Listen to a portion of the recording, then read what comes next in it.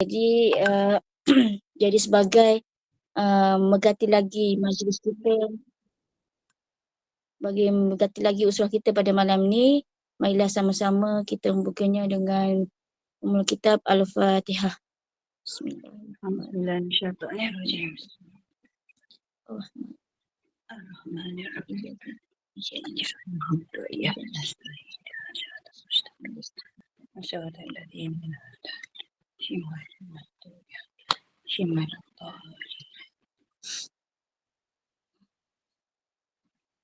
Jadi terima kasih kepada sahabat-sahabat yang kata bersama-sama dapat meluangkan masa pada malam ni, kakak-kakak, sahabat teman ni lah, semua-semua yang senior, serta batch-batch ni lah, batch Ira sekali.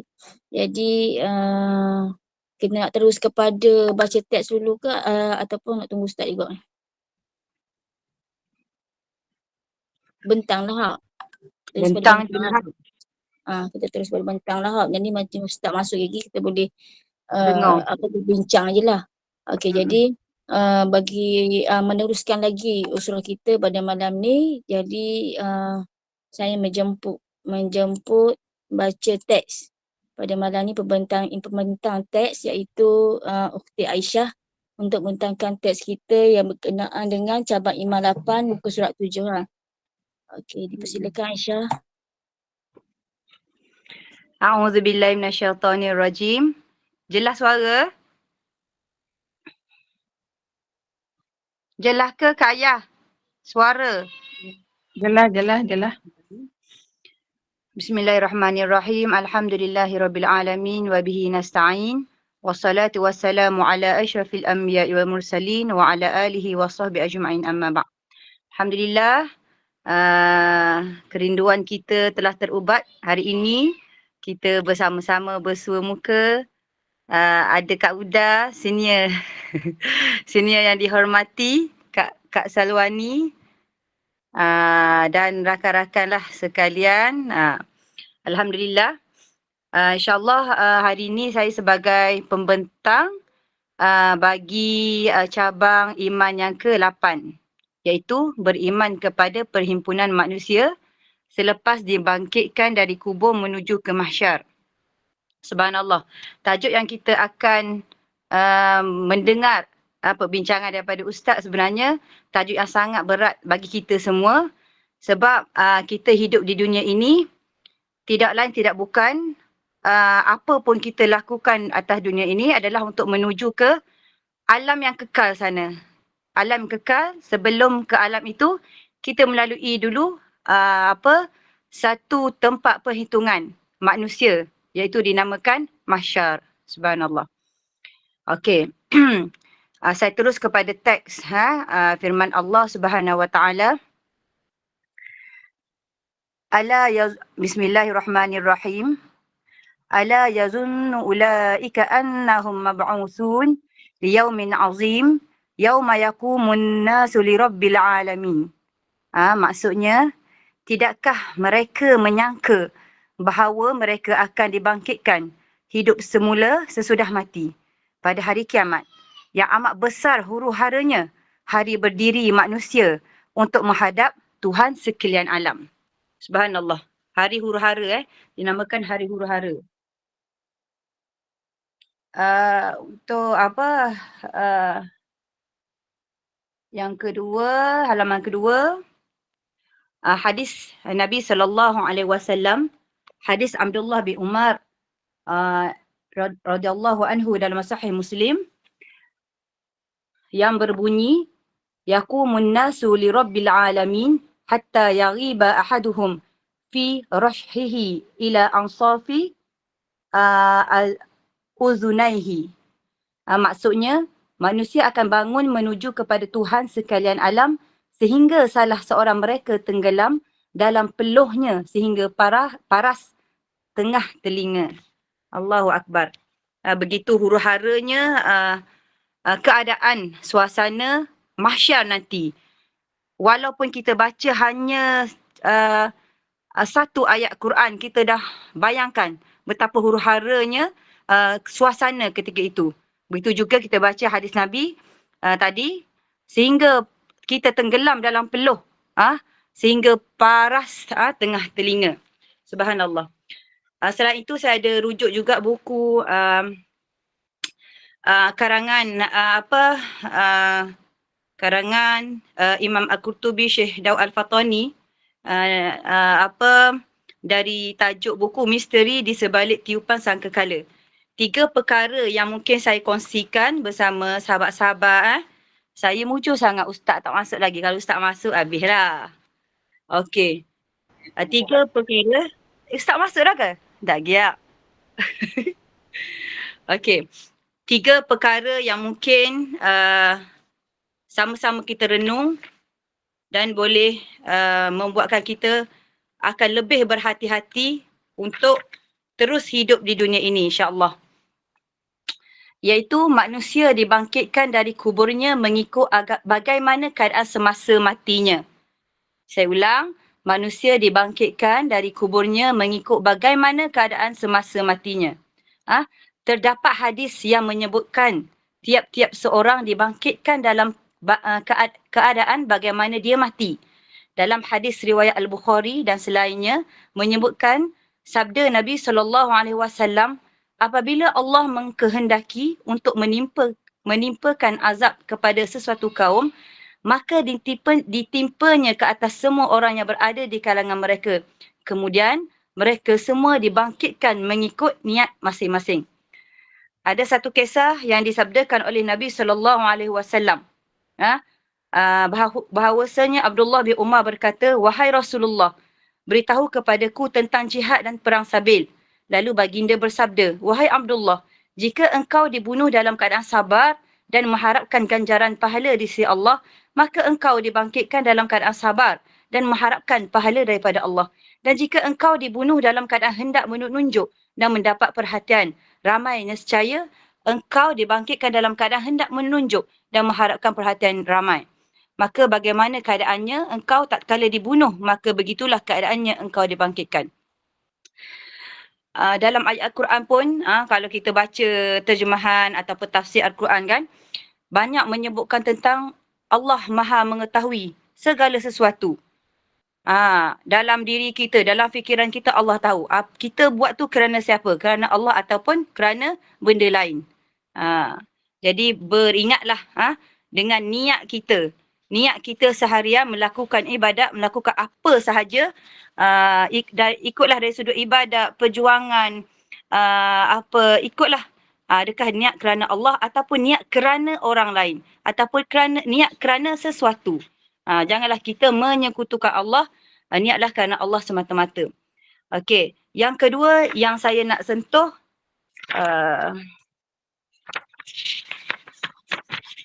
kejap. Muka surat ni. Okey. Tentang siapakah orang pertama yang akan dibangkitkan di padang mahsyar nanti. Sebagaimana dalam hadis Nabi SAW,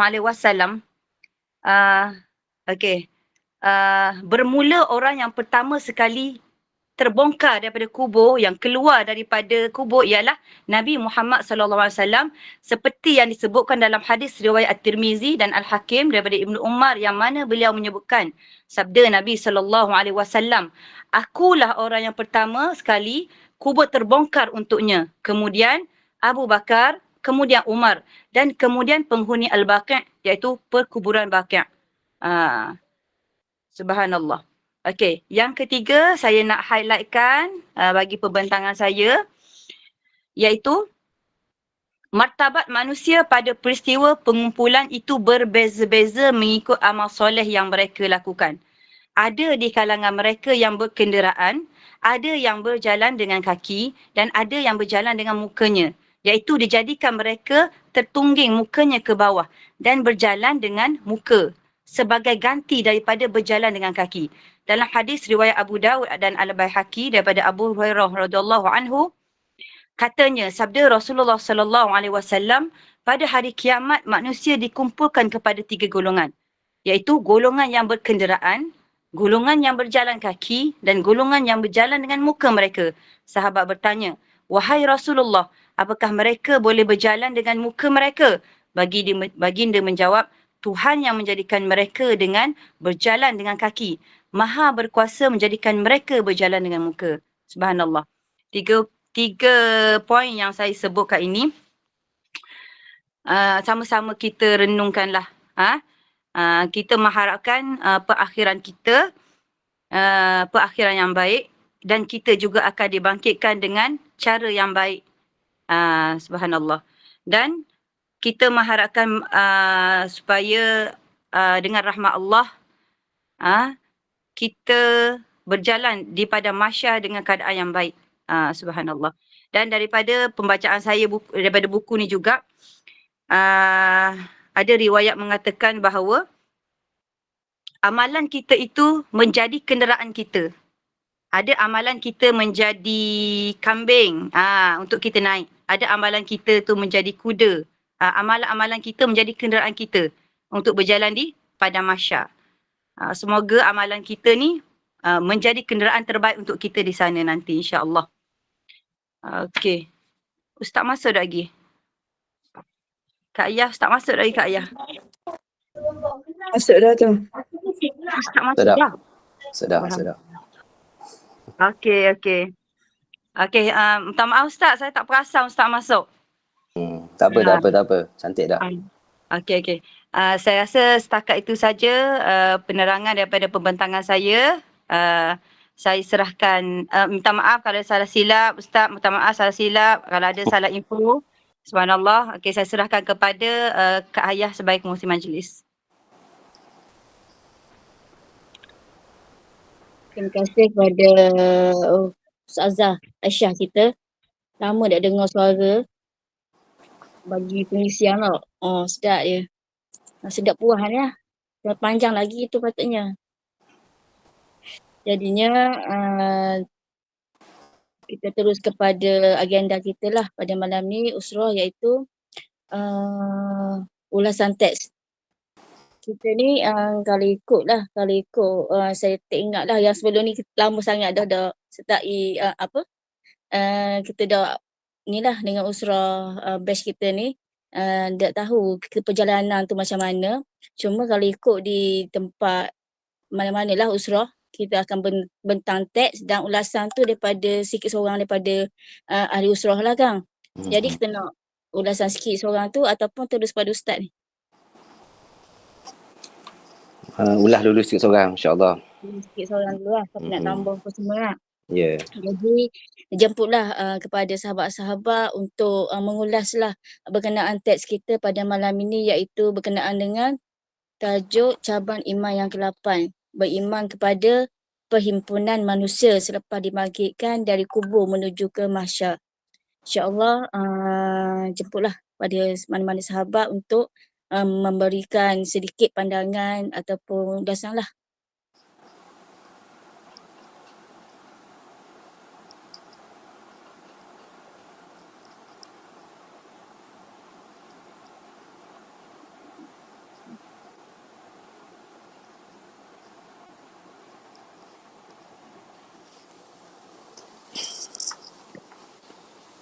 Mungkin Kak Ayah bagi turn kot. Bagi turn juga. Bagi turn. Irah dulu ke mungkin lah. Sebab masing-masing tunggu turn. Takut sebut nama kan bimbang juga ni. Biasa orang dah suka petik nama. Petik je, apa? Petik je nama ni. Macam ke cikgu sekolah lah pula kan. Semua-semua cikgu belaka dah tu. Jadinya dia jemputlah kepada sahabat-sahabat, senior-senior untuk memberikan sedikit ulasan lah, sedikit pandangan ulasan berkenaan tajuk kita pada malam ni. Jemput siapa nama? Kalau saya nampak kat sini lah. Nama atas sekali tu Masyitah.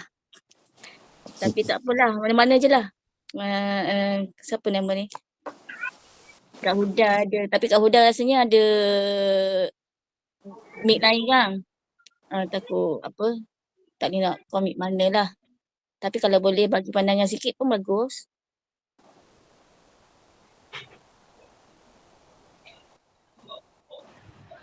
Boleh tak kalau nak cadangkan kita kurang start dulu.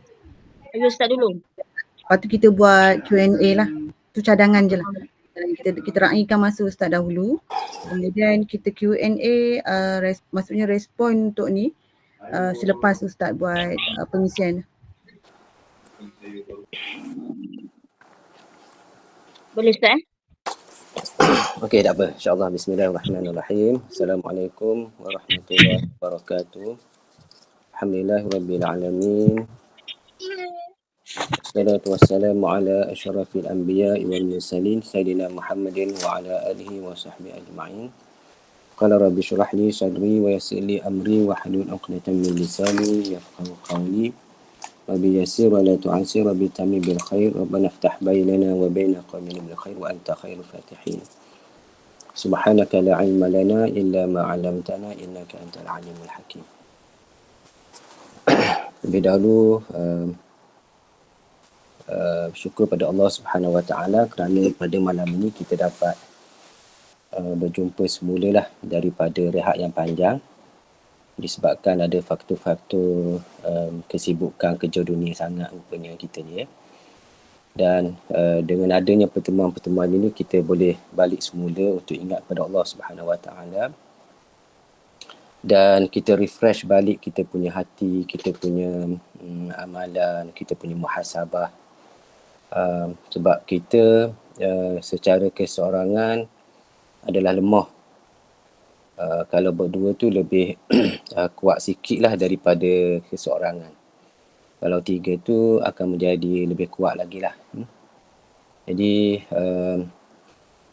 sementara lagi bila kita bersama-sama ataupun ramai seperti ini, maka tentulah kita mempunyai ikatan kerohanian yang lebih kuat dan lebih kukuh lah insya-Allah, dan lebih kukuh, lebih utuh di sisi Allah Subhanahu Wa Taala.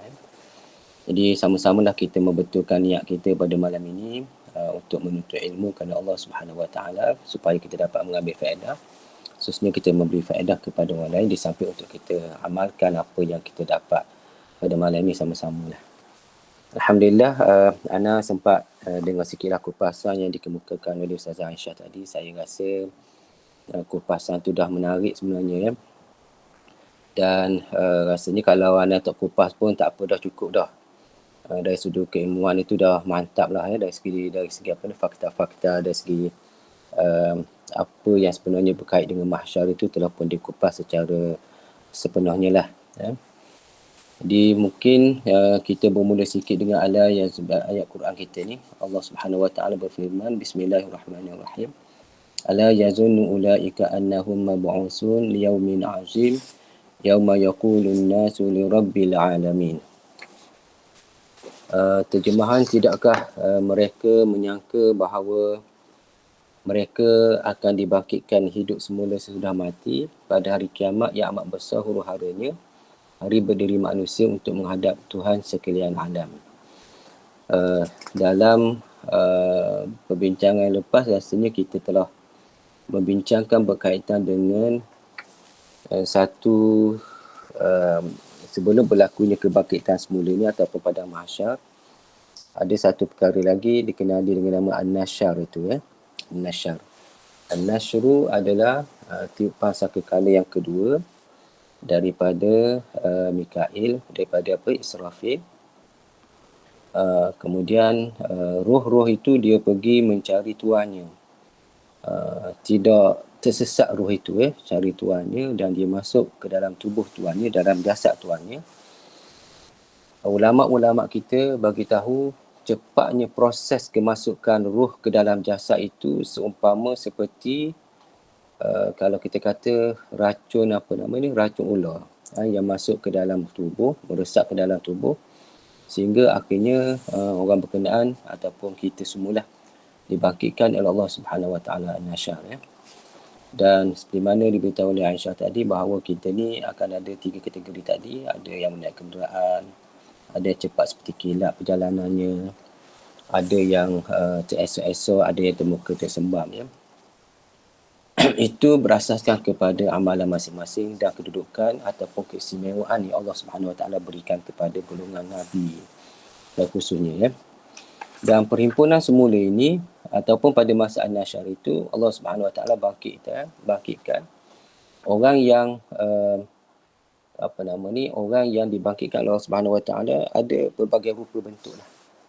Kalau orang yang suka mengadu domba kepada raja itu, ulama-ulama kita kata rupanya seperti apa? Seperti kera ya.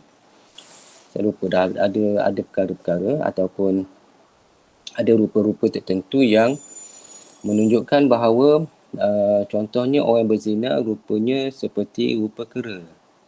Orang berzina seperti rupa kera. Orang yang suka makan orang yang suka makan apa? Makan suap ni apa ni? Panggil rasuah kan? Itu rupanya seperti babi ya. Ada orang yang dibangkitkan oleh Allah Subhanahu Taala dalam keadaan matanya buta, iaitu sekali pemerintah yang zalim. Ada orang yang dalam keadaan tuli dan bisu, pekok dan bisu. Itu orang yang terlalu takjub dengan ilmu yang dia ada. Ada orang yang dibangkit itu ditelan lidah dia, dalam keadaan lidah dia itu penuh dengan nanah, iaitu orang yang mengajar kepada orang lain tetapi dia tidak beramal pun dengan apa yang dia ajar. Ada orang yang dibangkitkan oleh Allah Subhanahu Taala dalam keadaan kakinya terpotong, kaki tangan dia terpotong, iaitu orang yang suka menyakitkan jiran tetangganya ataupun penduduk di sekitar perkampungannya.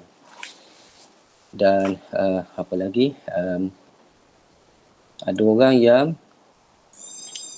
dibangkitkan dalam keadaan dia tu disula pada batang pokok. Tak tahulah dia jalan macam mana. Allah Subhanahu Wa Taala dia berkuasa belaka dia nak jalan ya. Nak jalan atas kulit ke, nak jalan atas muka ke. Allah Subhanahu Wa Taala berkuasa. Macam mana Allah Subhanahu Wa Taala berkuasa untuk menjadikan kulit-kulit kita ni bercakap, begitulah juga Allah Subhanahu Wa Taala berkuasa untuk menjadikan kulit kita itu berjalan. Bahkan lebih daripada itulah kekuasaan Allah Subhanahu Wa Taala. Ada orang yang disula pada pokok, iaitu orang yang selalu mengadu apa-apa juga perkara, balik mengadu kepada raja-raja. Dan macam-macam lagi lah. Ada orang yang bakal busuknya bangkit tu lebih busuk daripada bangkai, sebabnya dalam hatinya penuh dengan hatinya suka ikut hawa nafsu lah. Dan juga dari segi harta benda dia tidak keluarkan zakat ke, ataupun paling tidak pun sedekah-sedekah yang sunat. Kedekut orang-orang yang kedekut. Itu kedudukan an-nasyar. Kemudian kita pergi kepada al-mahsyar. Selepas daripada an-nasyar, kita pergi kepada al-mahsyar. Dalam hadis tersebut, yaqumun nasu li rabbil alamin hatta yaghiba ahaduhum fi rashhihi ila ansafi uzunaihi. Manusia akan bangun menuju kepada Tuhan sekalian alam sehingga salah seorang mereka tenggelam dalam peluhnya sehingga paras tengah telinga. Mahsyar ni bergantung kepada amalan tadi. Kita berbumbungkan kepada arasy Allah, tidak lagi berbumbungkan kepada langit. Buktinya ialah Nabi sujud dan di bawah arasy Allah Subhanahu Wa Taala disebut begitu. Baik. Pada masa mahsyar ini, suasananya dikatakan sebagai suasana yang kelam kelabut ya. Kelam ataupun dalam keadaan ribut, dalam keadaan terlalu sibuk. Manusia dalam keadaan terlalu sibuk. Kita panggil huru-hara kiamat ataupun huru-hara di padang mahsyar. Masing-masing duduk padang mahsyar itu dalam keadaan kita kata dengan panasnya, dengan bau busuknya masing-masing tu. Dan semua manusia termasuk jin dihimpunkan oleh Allah Subhanahu Wa Taala di padang mahsyar.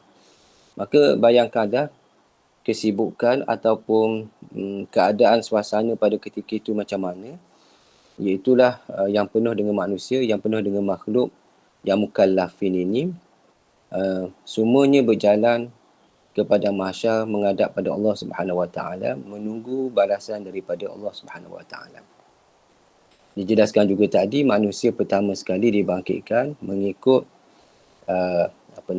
mengikut kebanyakan daripada nas-nas kita, akidah tauhid kita. Nabi SAW bangun, dia kata aku tengok Nabi Musa pun bangun juga dalam keadaan dia sedang menyapu kepala dia daripada debu. Jadi Nabi SAW kata dia tak tahu sama ada dia dulu yang dibangkitkan ataupun Nabi Musa dahulu dibangkitkan oleh Allah Subhanahu Wa Taala. Ramai kalangan ulama kita menyatakan Nabi Muhammad SAW lah yang dibangkitkan oleh Allah Subhanahu Wa Taala. Jadi orang-orang yang dibangkitkan dahulu adalah terdiri daripada para nabi, terdiri daripada para nabi. Kemudian siapa pula? Sebab nabi itu siapa? Ialah terdiri daripada sahabat-sahabat yang utama itulah, 4 orang itu. Kemudian siapa lagi? Ahli bait, di antaranya orang yang dibangkitkan awal. Sahabat-sahabat daripada perkuburan Baqi'. Kemudian siapa lagi yang dibangkitkan awal-awal itu? Termasuk siddiqin, syuhada, salihin, awliya, ulama-ulama lah. Ulama-ulama. Kita ni tak tahulah macam mana Allah Subhanahu Wa Taala nak bangkitkan kita ni dulu kekedian. Cepat ataupun lambat, ya. Dalam keadaan kita sekarang ni nak bawa amalan kita kepada mahsyar, Wallahu a'lam lah sanggup tak kita nak bawa amalan kita di padang mahsyar. Kita duduk pada mahsyar ni memanglah kita mengharapkan bantuan dan pertolongan daripada orang yang dapat bantu kita lah. Jadi nak dapat bantuan, nak dapat pertolongan, kita duduk atas dunia ni kena cari iman, ya. Kena cari iman kita, kena betulkan qalbi kita, hati kita, kena betulkan juga kerohanian kita, kena betulkan juga aspek sir, kerahsiaan duduk dalam sanubari kita itu. Iaitulah macam mana nak betul iman tu, biar kita hidup ni kita ada perasaan seumur kepada Allah Subhanahu Wa Taala. Kehidupan kita ni siang malam mesti perasan kepada Allah Subhanahu Wa Taala.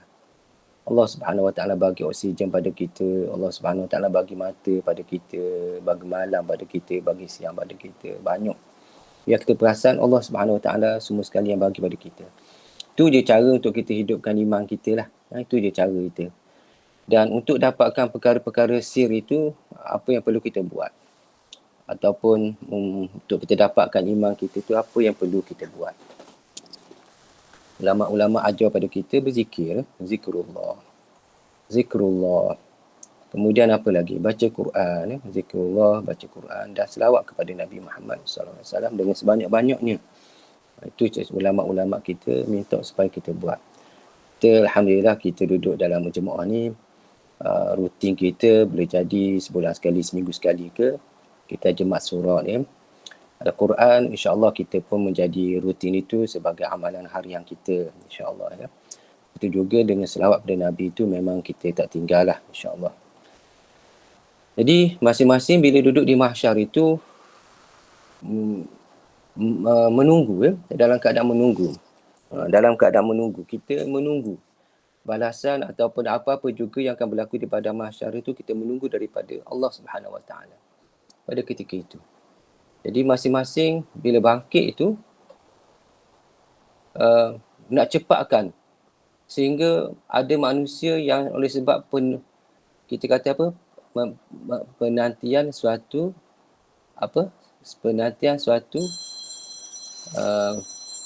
penantian adalah suatu penyiksaan, ya. Penantian adalah suatu penyiksaan. Jadi terseksanya menunggu itu ada manusia yang dia kata aku mati semula pun tak apa. Nak mati semula, minta daripada Allah Subhanahu Wa Taala supaya dimatikan semula. Ada yang kata tak apalah, biar campak aku dalam neraka pun tak apa. Tak mau menunggu. Campak dalam neraka pun tak apa. Bakar dalam api pun tak apa.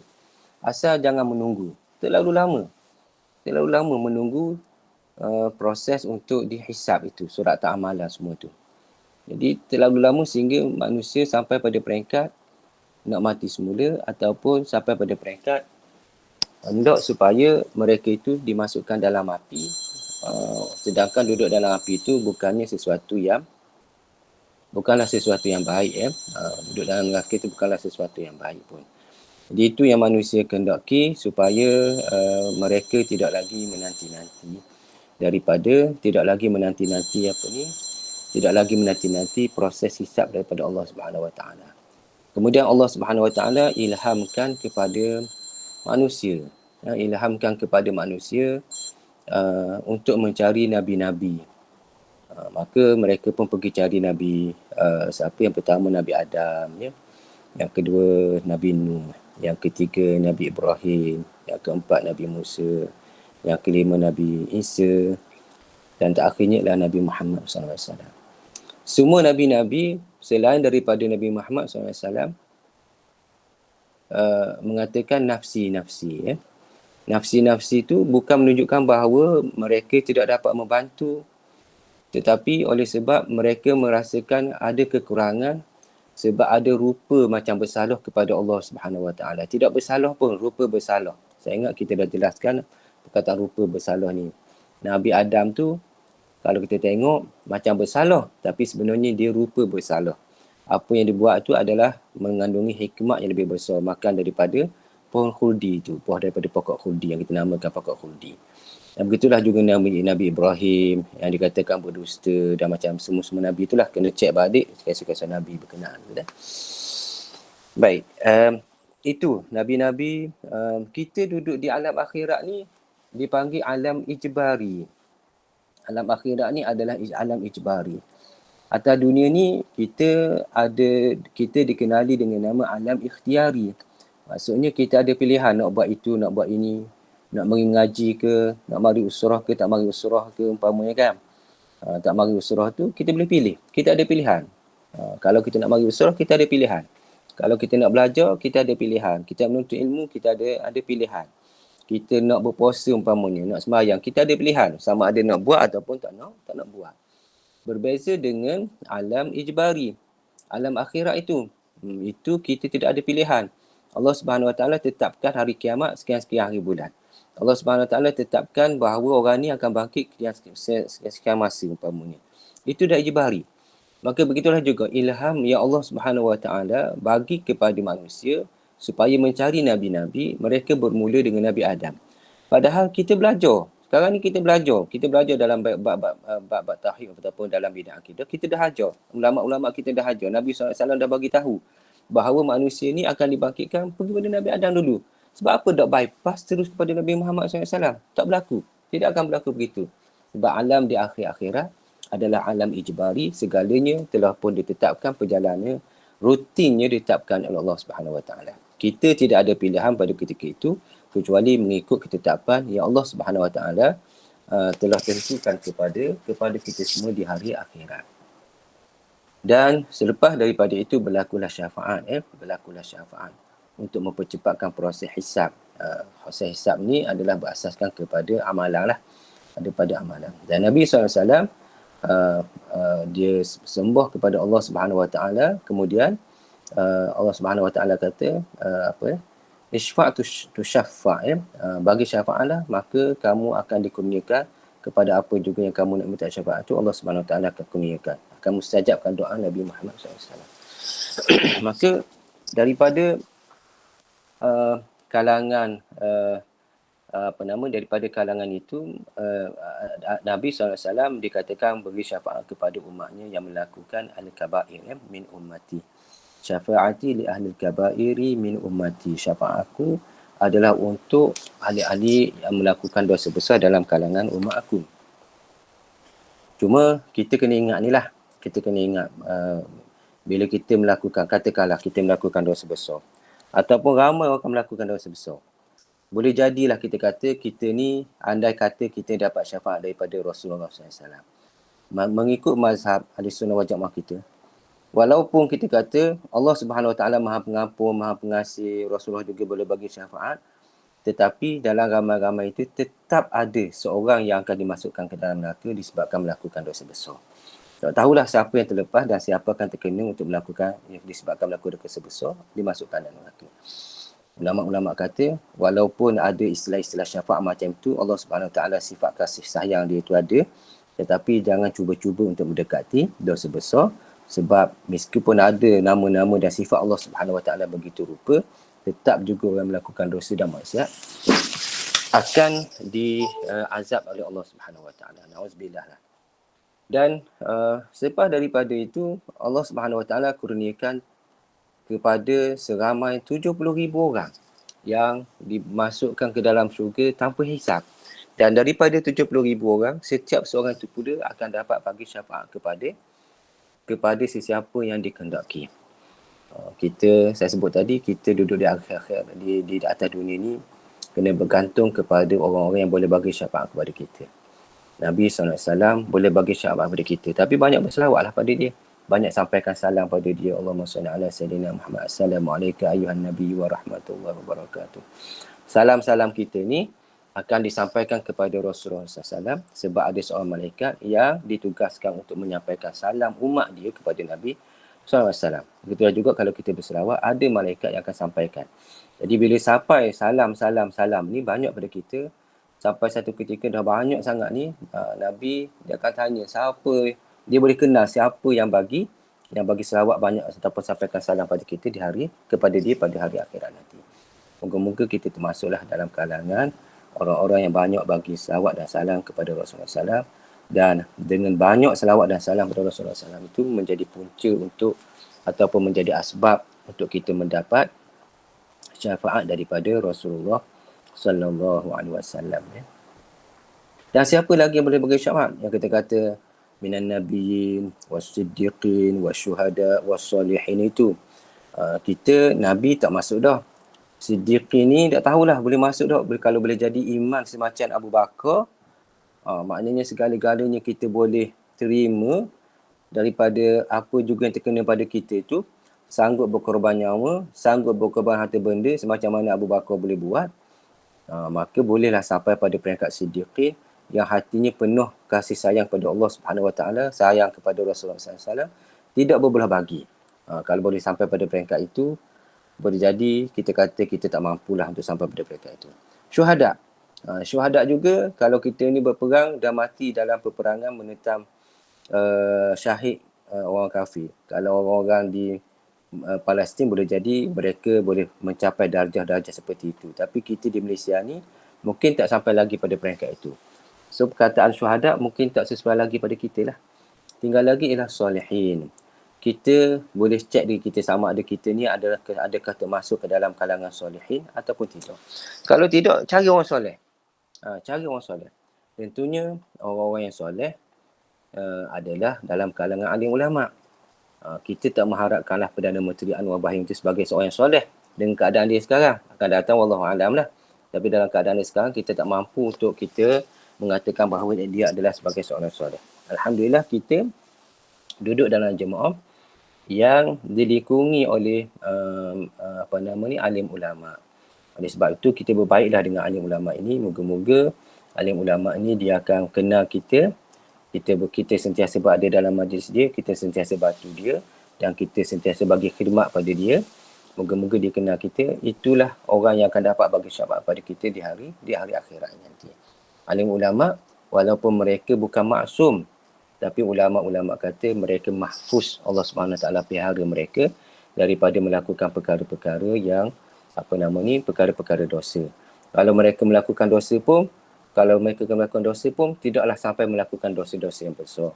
Bahkan dosa-dosa kecil saja mereka lakukan. Itu pun bila mereka lakukan, Allah SWT bagi kesedaran pada mereka untuk bertaubat kepada Allah SWT. Itulah dikatakan sebagai mahfuz. Jadi kita akan dibangkitkan, kemudian akan mendapat syafaat daripada Rasulullah SAW. Kemudian dimizankan. Ada orang yang dapat dikenalkan syafaat, dapat minum dimizankan, kemudian amal soleh itulah akan bawa kita untuk mendaki kepada titian siratal mustaqim. Dikatakan sebanyak tempohnya adalah selama 15,000 tahun perjalanan pergi, kemudian naik dan turun. Itu 5,000, ada 15,000 tahun untuk perjalanan di siratal mustaqim. Sementara orang-orang yang dimasukkan dalam syurga secara cepatlah dia. Tak terasalah masa 15,000 tahun tu, tak terasalah terus masuk ke dalam syurga. Anak-anak kecil, anak-anak yang mati kecil itu umpamanya, mereka dah berada dalam syurga. walaupun dari segi ulama-ulama kata dari segi berhimpun, semua berhimpun. Tapi dari segi cepat masuk dalam syurga, anak-anak kecil yang mati kecil itu adalah orang-orang yang paling awal juga masuk ke dalam syurga, menanti untuk menyambut tetamu yang masuk ke dalam syurga. Berjalan di titian siratal mustaqim berasaskan pada amalan yang lebih tajam daripada mata pedang yang diasah selama 40 tahun ya. Lebih nipis, 7 sehelai rambut yang dibelah 7 dan tajam kedudukannya seperti pedang yang dibelah selama 40 tahun. Wallahualam lah, dah halus. Kemudian tajam pula. Cuba kita letak sesuatu yang tajam dan sesuatu yang berat di atas pisau umpamanya. Kita letak timun jugalah, timun-timun kan. Bila kita letak, begitu. Kita dengan berat 70 kilo ni duduk di atas tiang siratal mustaqim. Agaknya macam mana? Kita belah, masuk begitu tajamnya. Tiang siratal mustaqim. Na'udzubillah. Moga-moga Allah SWT bagi keselamatan pada kita lah. Dan ada titian ada telaga Kausar. Orang selamat akan mendapat minum telaga Kausar daripada Nabi, bukti bahawa mereka itu adalah ahli syurga. Moga-moga kita juga dapat minum telaga Kausar daripada Nabi SAW ya. Dan begitulah kita akhirnya selepas daripada tiang siratal mustaqim, semua sekali akan masuk ke dalam syurga ya. Jadi itu berkaitan dengan mahsyar ya. Perhimpunan berkaitan dengan mahsyar ni yang kita kena faham ialah dia adalah termasuk dalam, kalau kita sebut asyhadu an la ilaha illallah wa asyhadu anna muhammadar rasulullah, dia termasuk dalam wa asyhadu anna muhammadar rasulullah ataupun muhammadur rasulullah. Dia termasuk dalam aspek keimanan kita kepada Nabi SAW. Maksudnya ialah kita percaya dan yakin apa yang disampaikan oleh Nabi SAW itulah yang disampaikan oleh Nabi SAW semacam mana kita sebut tadi. Itulah rentet ataupun step-step yang akhirnya masuk ke dalam syurga. Akan masuk ke dalam syurga itu, perjalanan itu diberitahu oleh Nabi SAW. Ya. Bukan kita yakin sendiri, tetapi Nabi bagi tahu. Daripada sini akan pergi ke sini pula, akan berlaku proses ini, akan berlaku proses ini. Begitu satu persatu perjalanan kita di padang mahsyar sehingga akhirnya kita boleh masuk ke dalam syurga. Jadi duduk pada mahsyar ni tadilah kita kena cari orang-orang yang dapat bagi syafaat kepada kita. Sebab tu bila Allah SWT dah letakkan kita duduk dalam jemaah ini, kita istiqamah lah. Duduk kita bersama alim ulama, bercakap kita secara alim ulama, tidur kita pun secara alim ulama. Yang semua itu yang alim ulama buat itu adalah berasaskan kepada apa yang mereka dapat daripada Nabi SAW. Sebab Nabi ni yang kita nak contohi, semacam mana ulama-ulama contohi, apa juga yang dibuat oleh Nabi SAW adalah termasuk dalam perkara, sama ada perkara itu adalah wajib ataupun perkara itu adalah sunat. Tidak ada yang dibuat oleh Nabi yang dikatakan sebagai makruh ataupun haram. Hatta kepada Nabi duduk macam mana, Nabi makan macam mana, kita kena tiru dia. Dan kita nak tiru Nabi makan macam mana, duduk macam mana, tengok kepada alim ulama kita duduk macam mana. Maka itulah bila kita dapat tiru alim ulama, sebenarnya kita dah dapat mencontohi Nabi SAW. Jadi bila kita dapat mencontohi Nabi SAW, sebenarnya kita ada peluang lah sekurang-kurangnya. Kita atau body kita sendiri ni, dia ada mahsyar, wallahualam lah, tapi mungkin kita rasa tak apa nak selamat lah kita. Tapi dengan adanya body-body yang kita boleh contohi, body-body itu boleh contoh kepada Rasulullah SAW, maka itu memberi kekuatan dan keyakinan kita untuk selamat di hari akhirat. Dan perjuangan di hari akhirat sama beratnya seperti perjuangan di atas dunia ini. Bahkan duduk di akhirat lebih berat lagi. Kalau kita rasa susah berjuang di atas dunia ini, sebenarnya berjuang di hari akhirat lebih susah daripada itu. Bahkan nak banding perjuangan, susahnya perjuangan di atas dunia ni, kalau kita kira lah susahnya perjuangan di atas dunia ni, satu titik pun tak sama dengan duduk perjuangan di hari akhirat nanti. Sebab perjuangan di dunia ni, paling tidak pun akhirnya bila kita berjuang ni kita akan mati. Kita akan mati. Dan bila kita mati ni kita dah rehat dah daripada perjuangan. Tapi di hari akhirat, bila kita berjuang nak duduk di padang mahsyar tu satu perkara, sehinggalah untuk kita masuk dalam syurga itu, itu memakan masa ribuan tahun. Maka tentulah lebih susah lagi lah kalau kita nak banding dengan perjuangan. Perkataan perjuangan tu sama, tetapi dari segi aspek praktikalnya perjuangan di dunia dan perjuangan di hari akhirat adalah lebih berbeza dan lebih teruk lagi di hari akhirat. Cuma perjuangan di atas dunia ni bila kita buat, dia akan menyebabkan keringanan untuk kita menghadapi perjuangan di hari akhirat nanti. Sebab itulah berjuang kita di atas dunia ni sebenarnya kita nak nyambung, nak menyambung perjuangan di hari akhirat yang lebih berat lagi. Kita nak meringankan perjuangan di hari akhirat tu yang lebih berat, lebih dahsyat lagi lah. Jadi dengan dua hadis dan ayat, dengan hadis dan ayat kita baca ni, kita boleh fahamlah bahawa di hari akhirat ni pada mahsyar ada merupakan tempat yang amat berat. Maka kita kena bersedia, standby, kena get ready setiap masa. Jangan lepas diri kita ni daripada ingat kepada Allah Subhanahu Wa Taala. Berjuang di atas dunia ni pun kerana Allah Subhanahu Wa Taala, bukan kerana mengharapkan daripada restu ataupun redha pada makhluk, tapi sebenarnya kita harapkan restu dan redha daripada Allah Subhanahu Wa Taala. Saya rasa sekadar itu saja. Aku lupa lihaza. Astagfirullahalazim li wa lakum. Assalamualaikum warahmatullahi wabarakatuh. Serah balik pada pengurusi.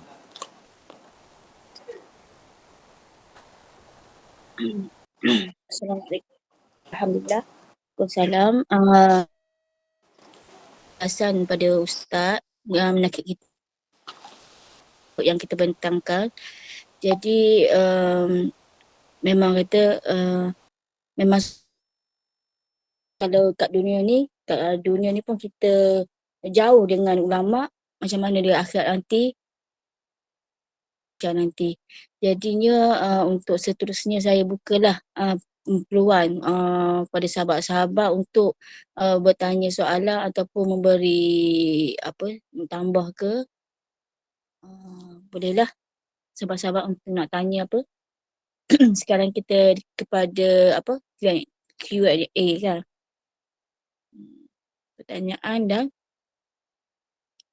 jawapan sekali lah, insya-Allah. Jadi persilakanlah kepada sahabat-sahabat yang ada soalan, yang masih kata terbuku, bolehlah malam ni kita utarakan.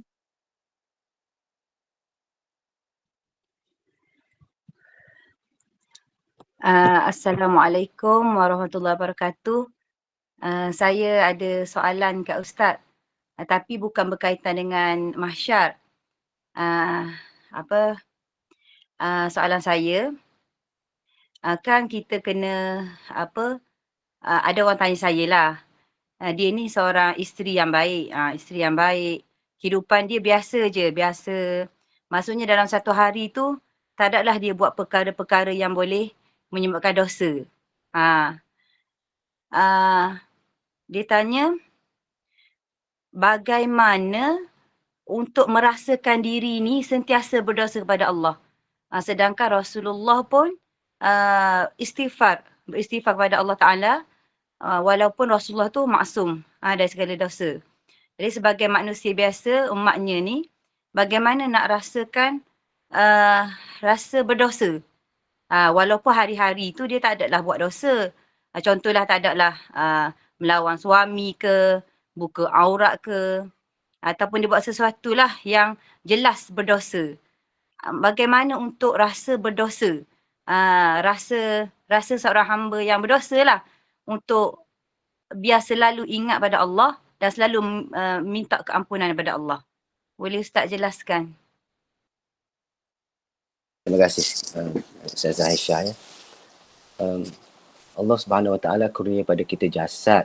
Allah Subhanahu Wa Taala kurnia pada kita qalbi yang saya sebut tadi. Allah Subhanahu Wa Taala kurnia pada kita ruh, dan Allah Subhanahu Wa Taala kurnia pada kita sir. Yang kita taat kepada suami itu jasad je. Yang kita taat kepada Allah Subhanahu Wa Taala sembahyang, puasa, bagi zakat itu jasad saja. Yang kita taat kepada yang kita berzikir itu jasad saja. Jasad saja ataupun Islam je. Yang tiga lagi tu macam mana? Ulama-ulama kata itulah yang sebenarnya banyak dosa kita di situ. Di situ banyak dosa. Di luar tak ada taat pada suami, tak angkat suara pada suami, berkhidmat pada suami, berkhidmat pada kedua ibu bapa, apa lagi berkhidmat pada anak-anak, didik anak-anak. Tidak ada dosa kita dari sudut itu. Dari sudut itu kita tidak ada dosa. Dari sudut tetapi cuma memenuhi aspek jasad saja ataupun aspek Islam saja. Kita tidak ada jasa ataupun kita tidak ada ramai daripada kita lalai dari sudut iman tadi. Dari sudut ruh, dari segi kerohanian tadi, itu ramai yang lalai. Dan itulah ulama-ulama kata kita tidak sedar kita ada dosa-dosa yang berbentuk kerohanian. Kerana itu, walaupun kita kata kita telah melakukan perkara-perkara ketaatan dari segi aspek jasadiah, tetapi aspek-aspek rohaniah sebenarnya kita berdosa. Sebab itulah, nak merasa dosa yang sebenar-benarnya, kita kena rasa kita berdosa dari sudut batin. Kita tidak boleh merasa kita berdosa dari sudut jasadiah, tak boleh. Kita boleh kena merasa bahawa, bukan kata tak boleh, sebab kita boleh jadi yang kita sebut tadi, kita dah muhasabah bahawa kita taat pada suami, tak angkat suara tinggi pada suami, selalu berkhidmat pada suami, makan suami pun kita sedia, kemudian suami makan pun kita tunggu, walaupun kita pasti tidur atas meja umpamanya. Tidak ada dosa dah dari sudut jasadiah. Tapi untuk kita merasakan beratnya kita ni berdosa, kena merasa dari sudut batin kita ni berdosa. Sebab tu ulama-ulama disebut bila kita lalai seminit daripada mengingati Allah Subhanahu Wa Taala, dia kan anggap berdosa. Ulama-ulama sebut kalau kita boleh sampai pada peringkat itu, usahalah untuk sampai pada peringkat itu. Kalau tak sampai lagi pun usaha lagi. Biar sentiasa akhirnya kita ingat pada Allah Subhanahu Wa Taala, dan bila kita lalai kita terus bertaubat pada Allah Subhanahu Wa Taala, beristighfar. Itu di antaranya yang Nabi SAW buat. Astaghfirullahalazim itu bukan menunjukkan Nabi berdosa dari sudut jasad, tidak. Tetapi Nabi bimbang takut-takut dari sudut kerohaniannya itu tidak cukup ingat pada Allah Subhanahu Wa Taala. Takut-takut dalam hatinya itu ada perkara-perkara yang menyebabkan ada letasan-letasan yang menyebabkan sebenarnya dia lalai dengan Allah Subhanahu Wa Taala. Bahkan Nabi tidak pun berlaku bagi perkara-perkara yang seumpama itu. Jadi ulama-ulama sebut sebenarnya perkara itu adalah yang disebutkan dengan kerohanian, ya. Bukan perkara dosa tadi yang berpunca daripada intipatinya daripada jasad. Sebab manusia dari segi jasad dia boleh penuhi. Amal ibadat dari segi jasad dia boleh penuhi. Tetapi dari segi batinnya kita dia boleh rasa lah. Cuba kita tengok kita semayang. Allahu Akbar. Dekat mana dah Allahu Akbar tu? Kita faham apa Allahu Akbar? Allahu Akbar tu kita faham apa? Hati kita masa Allahu Akbar tu dekat mana? Bila baca Fatihah tu kat mana dah? Agaknya dalam semayang 5-6 minit itu kita bersama dengan Allah SWT berapa saat? Ke 5-6 minit tu memang 5-6 minit kita penuh dah. Fully ingat pada Allah SWT, khusyuk pada Allah SWT. Kalau saya tak lah. Saya kena mengaku lah. Kita kena mengaku bahawa kita tidak. Maka sebab itulah akhirnya walaupun kita semayang, akhirnya ulama ajar apa pada kita? Astaghfirullahalazim. Padahal kita baru lepas semayang. Baru lepas semayang pun. Tapi sebut apa? Astaghfirullahalazim. Astaghfirullahalazim. Sebab apa? Kita lalai dengan Allah SWT. Dosa disebabkan lalai ingat kepada Allah Subhanahu Wa Taala, bukannya dosa disebabkan taat jasadiah yang kita lakukan, sebab memang ketaatan dari sudut jasadiah kita sebenarnya lulus, tak fail. Tapi ketaatan kita dari sudut kerohanian, hati qalbiyah, sirriyah itu memang kita fail. Ramai daripada kalangan kita ni fail lah. Saya mengaku saya fail. Saya tak tahulah ustazah-ustazah ni fail ataupun boleh jadi ada ustazah ni yang berjaya, alhamdulillah lah. Kena ajar saya lah kalau macam mana berjaya tu, kita pun masih belajar juga untuk sampai kepada aspek supaya qalbiyah kita sampai pada Allah Subhanahu Wa Taala. Wallahu alam. Sekadar itu je ustazah. Terima kasih Ustaz jawapan. Saya ni orang tanya-tanya memang nak jawab macam mana Pasal Alhamdulillah jawapan yang sangat menyentuh hati saya lah. Maksudnya poin yang Ustaz cakap, kita dari sudut rohaninya kita berdosa bila kita lalai daripada mengingat Allah. Maksudnya memang dalam satu hari tu memang banyaklah dosa kita. Allahu Akbar. Terima kasih Ustaz. Ustaz, soalan kedua Ustaz. Boleh tak kalau kita, contoh kita baca Quran. Maaf soalan lain sebab kadang terbuku di hati nak tanya siapa kan. Tapi ada Ustaz ni tanya Ustaz lebih arif. Kita baca Quran, kita baca tafsir Quran kan. Boleh tak kita merasakan, contoh kita merasakan kita ni sedang berbicara dengan Allah. Boleh ke Ustaz rasa gitu? Ustaz tolong jelaskan. Rasa dekat dengan Allah lah, rasa berbicara dengan Allah. Memang pun begitu sebenarnya. Ulama-ulama kata kita memang pun berbicara dengan Allah Subhanahu Wa Taala, dan Allah Subhanahu Wa Taala sedang mengatakan sesuatu kepada kita. Tapi betul ke kita berbicara dengan Allah dan Allah sedang berbicara dengan kita? Takut macam tadi juga. Dari segi jasad memang taat kepada Allah Subhanahu Wa Taala, tapi dari segi hati boleh tak sampai pada peringkat itu. Dan memang itu pun yang saya belajar pun gitulah. Tok Guru kita kata kena rasakan bahawa Allah Subhanahu Wa Taala sedang mengatakan sesuatu pada kita. Kena baca. Sebab tu kena faham. Kena, kalau kata kena tengok terjemahan, tengok terjemahan. Allah Subhanahu Wa Taala kata apa pada kita untuk kita sedar lah. Supaya hati kita ni diketuk-ketuk untuk ingat kepada Allah Subhanahu Wa Taala. Saya rasa saya bersetujulah dengan pandangan ataupun perkataan itu bahawa Allah Subhanahu Wa Taala sedang berbicara dengan kita dan kita sedang berbicara dengan Allah Subhanahu Wa Taala. Maksudnya bila Allah Subhanahu Wa Taala bagi tahu bahawa buat perkara ini akan masuk dalam neraka umpamanya, maka kita pun ucap astagfirullah ke, ucap Allah Subhanahu Wa Taala na'udzubillahi min zalik ke. Ataupun bila Allah Subhanahu Wa Taala bagi tahu berkaitan dengan ke syurga umpamanya, kita pun berdoa kepada Allah Subhanahu Wa Taala biarlah kita ni masuk dalam kalangan ahli syurga. Bila Allah Subhanahu Wa Taala berbicara pada kita dengan hukum hudud umpamanya, mintalah kepada Allah Subhanahu Wa Taala, ya Allah Tuhan, biarlah percaya hukum kamu itu dapat dilaksanakan di perintah ataupun dilaksanakan di atas muka bumi ini. Itu antara ucapan perasaan-perasaan yang kita boleh timbulkan dalam hati kita supaya kita khusyuk ketika membaca Quran ya. Jadi setakat yang saya belajar begitulah Ustazah ya. Maknanya kita boleh mengatakan bahawa sama ada kita berbicara dengan Allah Subhanahu Wa Taala ataupun Allah Subhanahu Wa Taala berbicara dengan kita. Dalam istilah quote and quote itu, berbicara itu dengan Allah Subhanahu Wa Taala itu ya, berbicara dengan Allah Subhanahu Wa Taala itu dalam quote and quote itu, kena faham. Jangan anggap bahawa kita sedang berbicara itu macam Allah Subhanahu Wa Taala sama dengan kita. Jangan anggap begitu ya. Berbicara itu dalam perintah, dalam apa nama ni?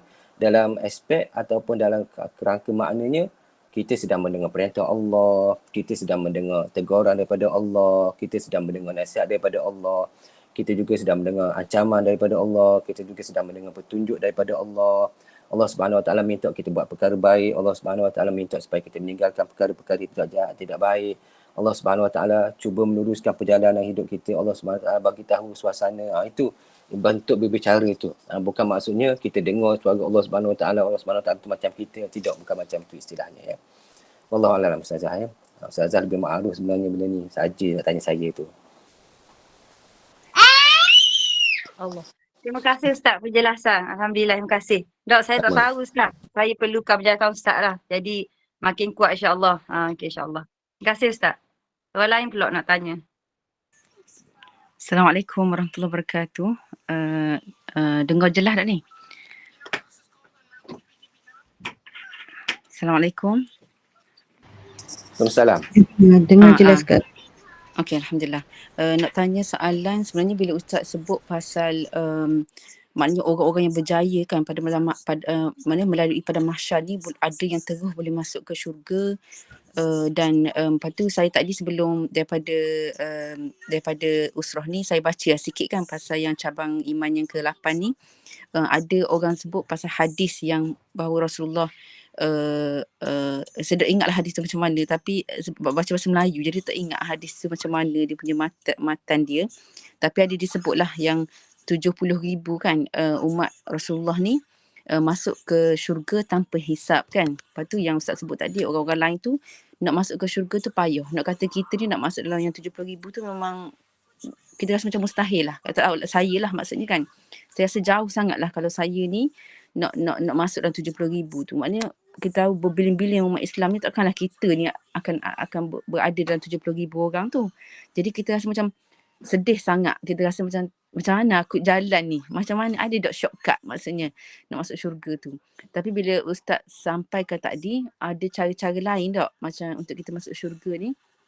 Contohnya kalau Ustaz kata yang istighfar tadi, Ustaz kata selawat banyak kepada Rasulullah sallallahu alaihi wasallam. Dan lepas tu saya cuba mungkin nak tanya Ustaz, adalah cara-cara lain lagi. Antaranya contohnya kita ni bukan orang yang nak berjuang di Palestin tak. Maaflah panjang sikit.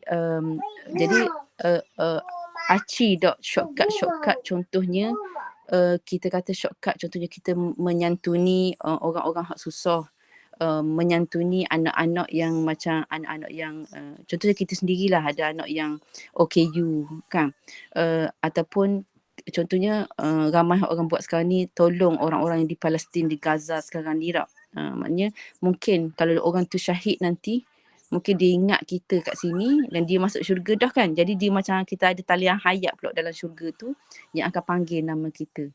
Maknanya selain tu Ustaz, ada tak cara-cara lain hot shortcut kita boleh masuk syurga ni insya-Allah. Sebab macam Ustaz kata tadilah, kita ni orang yang banyak dosa dan jauh sebenarnya kan nak kata layak tu nak masuk syurga. Minta pendapat Ustaz. Jazakallah. Bismillahirrahmanirrahim. Sebenarnya masuk syurga ni, dia dalam kita punya istilah Usuluddin dia panggil fadlun minallah, ya. Dia fadlun minallah. Walaupun kita ada kita diberitahu jalan-jalan shortcut tadi, dan keistimewaan kepada golongan-golongan tertentu lah yang dapat shortcut tadi, ya. Tapi katakanlah kita ni juga tergolong dalam golongan tadi, kita akan dapat shortcut itulah. Dia berasaskan pada janji-janji Rasulullah, janji-janji Allah Subhanahu Wa Taala, kenyataan-kenyataan hadis-hadis Rasulullah begitu, maka kita akan masuklah dalam golongan yang dapat shortcut tadi. Maka sekiranya tidak dapat shortcut, ada lagi perkara-perkara sekurang-kurangnya boleh menyelamatkan kita, kan? Zikir pada Allah, selawat pada Rasulullah, baca Quran banyak-banyak. Itu juga adalah sebab Quran pun bagi syafaat kepada kita. Jadi di antara yang boleh bagi syafaat pada hari akhirat ialah Quran itu sendiri. Jadi kalau kita dah banyak berselawat pada Allah, berselawat pada Rasulullah SAW, dah berzikir pada Allah Subhanahu Wa Taala dah sebanyak, kemudian baca Quran dengan banyak pula, InsyaAllah perkara-perkara itu akan bagi ruang kepada kita untuk dapat shortcut ataupun mendapat bypass lah kita kata, untuk bypass untuk masuk ke dalam syurga. Cuma saya sebut tadilah, dengan amalan-amalan kita buat, macam kita kata layan suami kita, memang betul lah jasadiah itu betul ya. Kita bagi tolong kepada orang Palestin, kita melayan orang Palestin, itu betul dari sudut jasadiah. Tapi dari sudut kerohanian kita macam mana? Dari sudut ruh hati kita tu macam mana? Yang tu kena cek balik lah. Dari sudut cek, kita cek balik. Kita bimbang, takut-takut apa yang kita buat ni dengan niat tak betul umpamanya. Sehingga ulama'-ulama' kata, apa nama ni? Apa syair tu saya tak ingat lah. Apa ya? Sesiapa yang mengharapkan bila dia buat satu benda yang baik, apa dia punya syair tu siapa yang mengharapkan bila dia buat sesuatu benda yang baik, dia nak masuk syurga, maka dia adalah pondan. Ulama kita kata. Sesiapa yang buat kebaikan, kemudian tujuannya adalah untuk dapat pahala umpamanya, dikatakan itu adalah seperti seorang perempuan. Tetapi sesiapa yang buat perkara yang baik untuk dapat redha Tuhan, itulah seorang lelaki. Dia kata macam tu ya. Jadi berasaskan kepada syair ulama'. Saya tak ingat matan ni macam mana. Pernah hafal tapi dah lupa matan itu. Tengoklah ahli ulama' kita kata, kalau kita kata pondan ni bagus tak sebenarnya. Ataupun perempuan tu sebenarnya bagus tak dengan seorang lelaki. Tentunya kalau orang Arab memang ada lelaki yang lebih disukai dalam hubungan ataupun dalam muamalat seharian sehingga anak-anak pun mereka nak kepada orang lelaki. Jadi sindiran-sindiran seperti itulah yang kita kena muhasabah kepada diri kita ni, terutama dari sudut aspek niat tadilah ya. Sebab tu untuk cari ikhlas pada Allah Subhanahu Wa Taala ni memang kita kata kena belajar lah dari sudut ikhlas ni. Memang kita kena cari Imam Ghazali jugalah. Nak cari bab ikhlas macam mana, nak belajar cari ikhlas ni kena cari Imam Ghazali buat macam mana kan. Kita cerita Imam Ghazali satu ketika dahulu, dia sebenarnya adalah seorang seorang menteri lah kita kata, ataupun dia menjadi qadi menjadi qadi di Baghdad satu ketika dulu. Imam Ghazali tu satu ketika dia balik ke rumah mak dia, jumpa mak dia dan jumpa adik dia. Imam Ghazali dengan pakaian sebagai seorang mufti lah. Kata pakaian, kalau kita kata pakaian pejabat lah. Pakaian pejabat dengan jubah yang kau, dengan serban yang kau dengan apa nama ni, abaya yang kau. Mak dia biasalah duduk di rumah, dan dia balik ke rumah tu nak makan masakan mak. Dia balik ke rumah, dia peluk mak dia. Okay. Kemudian ada adik dia pakai pakaian biasa je. Pakai pakaian biasa, nampak copan camping, biasa je, macam orang yang tidak ada kedudukan dan tidak ada sebarang nikmat yang besar lah. Tapi tidaklah sampai pada meminta-minta apa-apa jugalah. Sehinggalah dikatakan sampai masuk waktu Zuhur masuk waktu Zuhur sembahyanglah. Dan Imam Ghazali oleh sebab dia tu adalah sebagai mufti, dialah yang layak untuk mengimami sembahyang Zuhur tadi. Dia sebagai seorang mufti. Kemudian dia sembahyang, mak dia ikut dia tapi adik dia tak ikut. Adik dia tak ikut ya. Bila adik dia tak ikut, lepas bagi salam tu dia mengadulah. Dia tanyalah pada mak dia sebab apa adik dia tak ikut dia sembahyang. Apa kesalahan dia? Dia baca salah ke? Ataupun dia buat perkara-perkara rukun tak betul ke? Apa-apa juga dia. Jadi mak dia pun tanyalah kepada adik dia. Bertanya pada adik dia.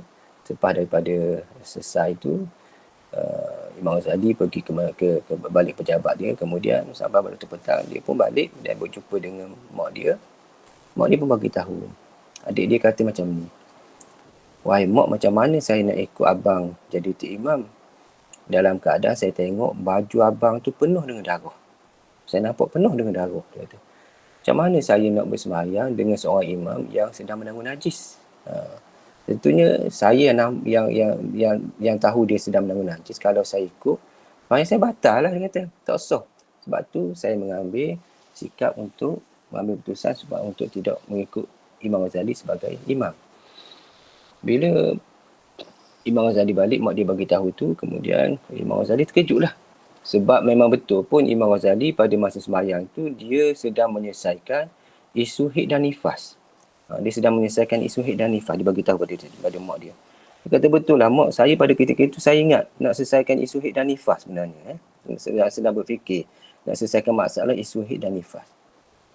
Kemudian dia carilah adik dia. Siapa tu guru dia?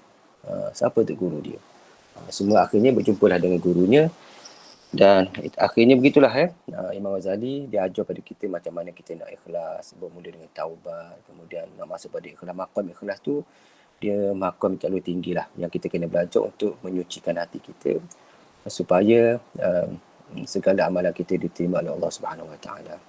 Ulama-ulama kita kata nak dapat ikhlas ni, nak niat ni adalah benda yang susah. Kita nak pergi pejabat, sepatutnya daripada bangun pagi tu kita dah niat dah. Bangun daripada katil tu kita dah niat dah kepada Allah Subhanahu Wa Taala. Tapi berapa ramai daripada kalangan kita ni yang ingat? Kita pakai baju, kita niat dah. Kita pakai kasut, kita niat dah. Kita bawa kereta kita, buka masuk kunci kereta kita. Kita niat dah. Ramai yang terlalai sebenarnya. Ramai yang terlalai. Bahkan daripada rumah nak pergi masjid pun kita tak pasal sembahyang niat pun.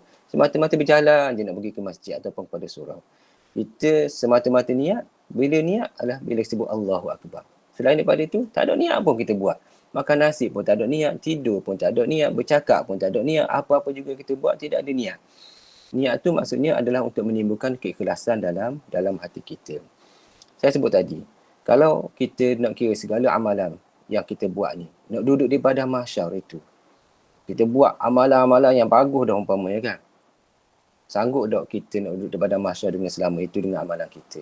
Rasa tak sanggup lagi lah rasanya ya. Memang dengan amalan yang kita lakukan ini memang tak sanggup lagi lah untuk kita berada di padang mahsyar dengan tempoh masa seumpama itu dan suasana manusia yang kelam kabut pada ketika itu. Cuma istimewa sikit lah.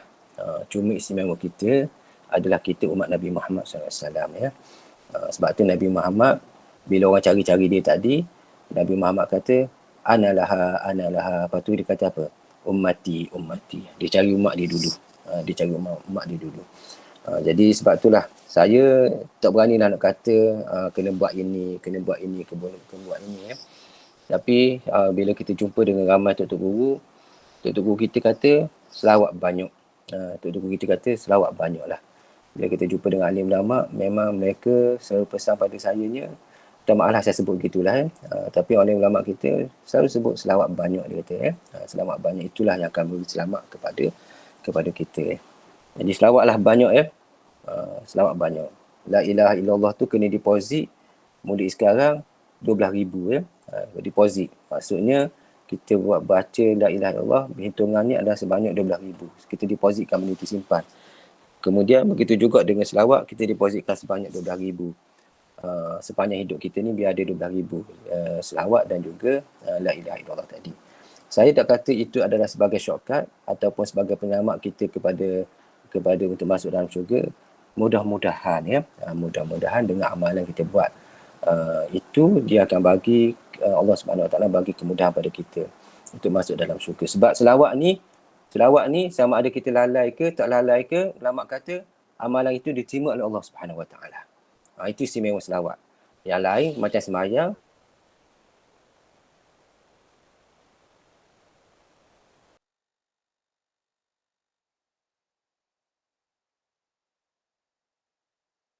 Ustaz mute. Ustaz Mio tu. Okey, silap. Allah Subhanahu Wa Taala terima dari sudut amalan kita bila kita berselawat ya. Tidak ada hijab dengan Allah Subhanahu Wa Taala kita berselawat. Maksudnya kita berselawat dalam keadaan kita lalai ataupun dalam keadaan kita tidak lalai, Allah Subhanahu Wa Taala tetap terima selawat yang kita beri kepada Rasulullah sallallahu alaihi wasallam. Itulah ulama-ulama tok guru kita kata selawat banyak-banyak. Selawat banyak-banyak. Itu yang diberitahu. Wallahu a'lam lah. Tadi Siti apa ni? Siti Said apa dia? Wallahu a'lam. Itu je. Wallahu a'lam.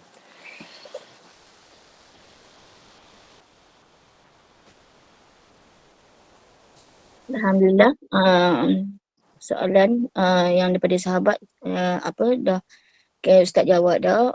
Ada lagi tak daripada sahabat-sahabat lain? Ada persoalan lagi? Kita boleh utarakan lagi insya-Allah.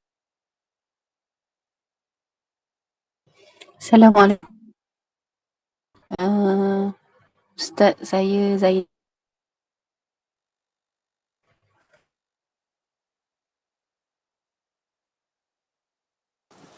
Tak dengar saya Zainab ni, tak dengar.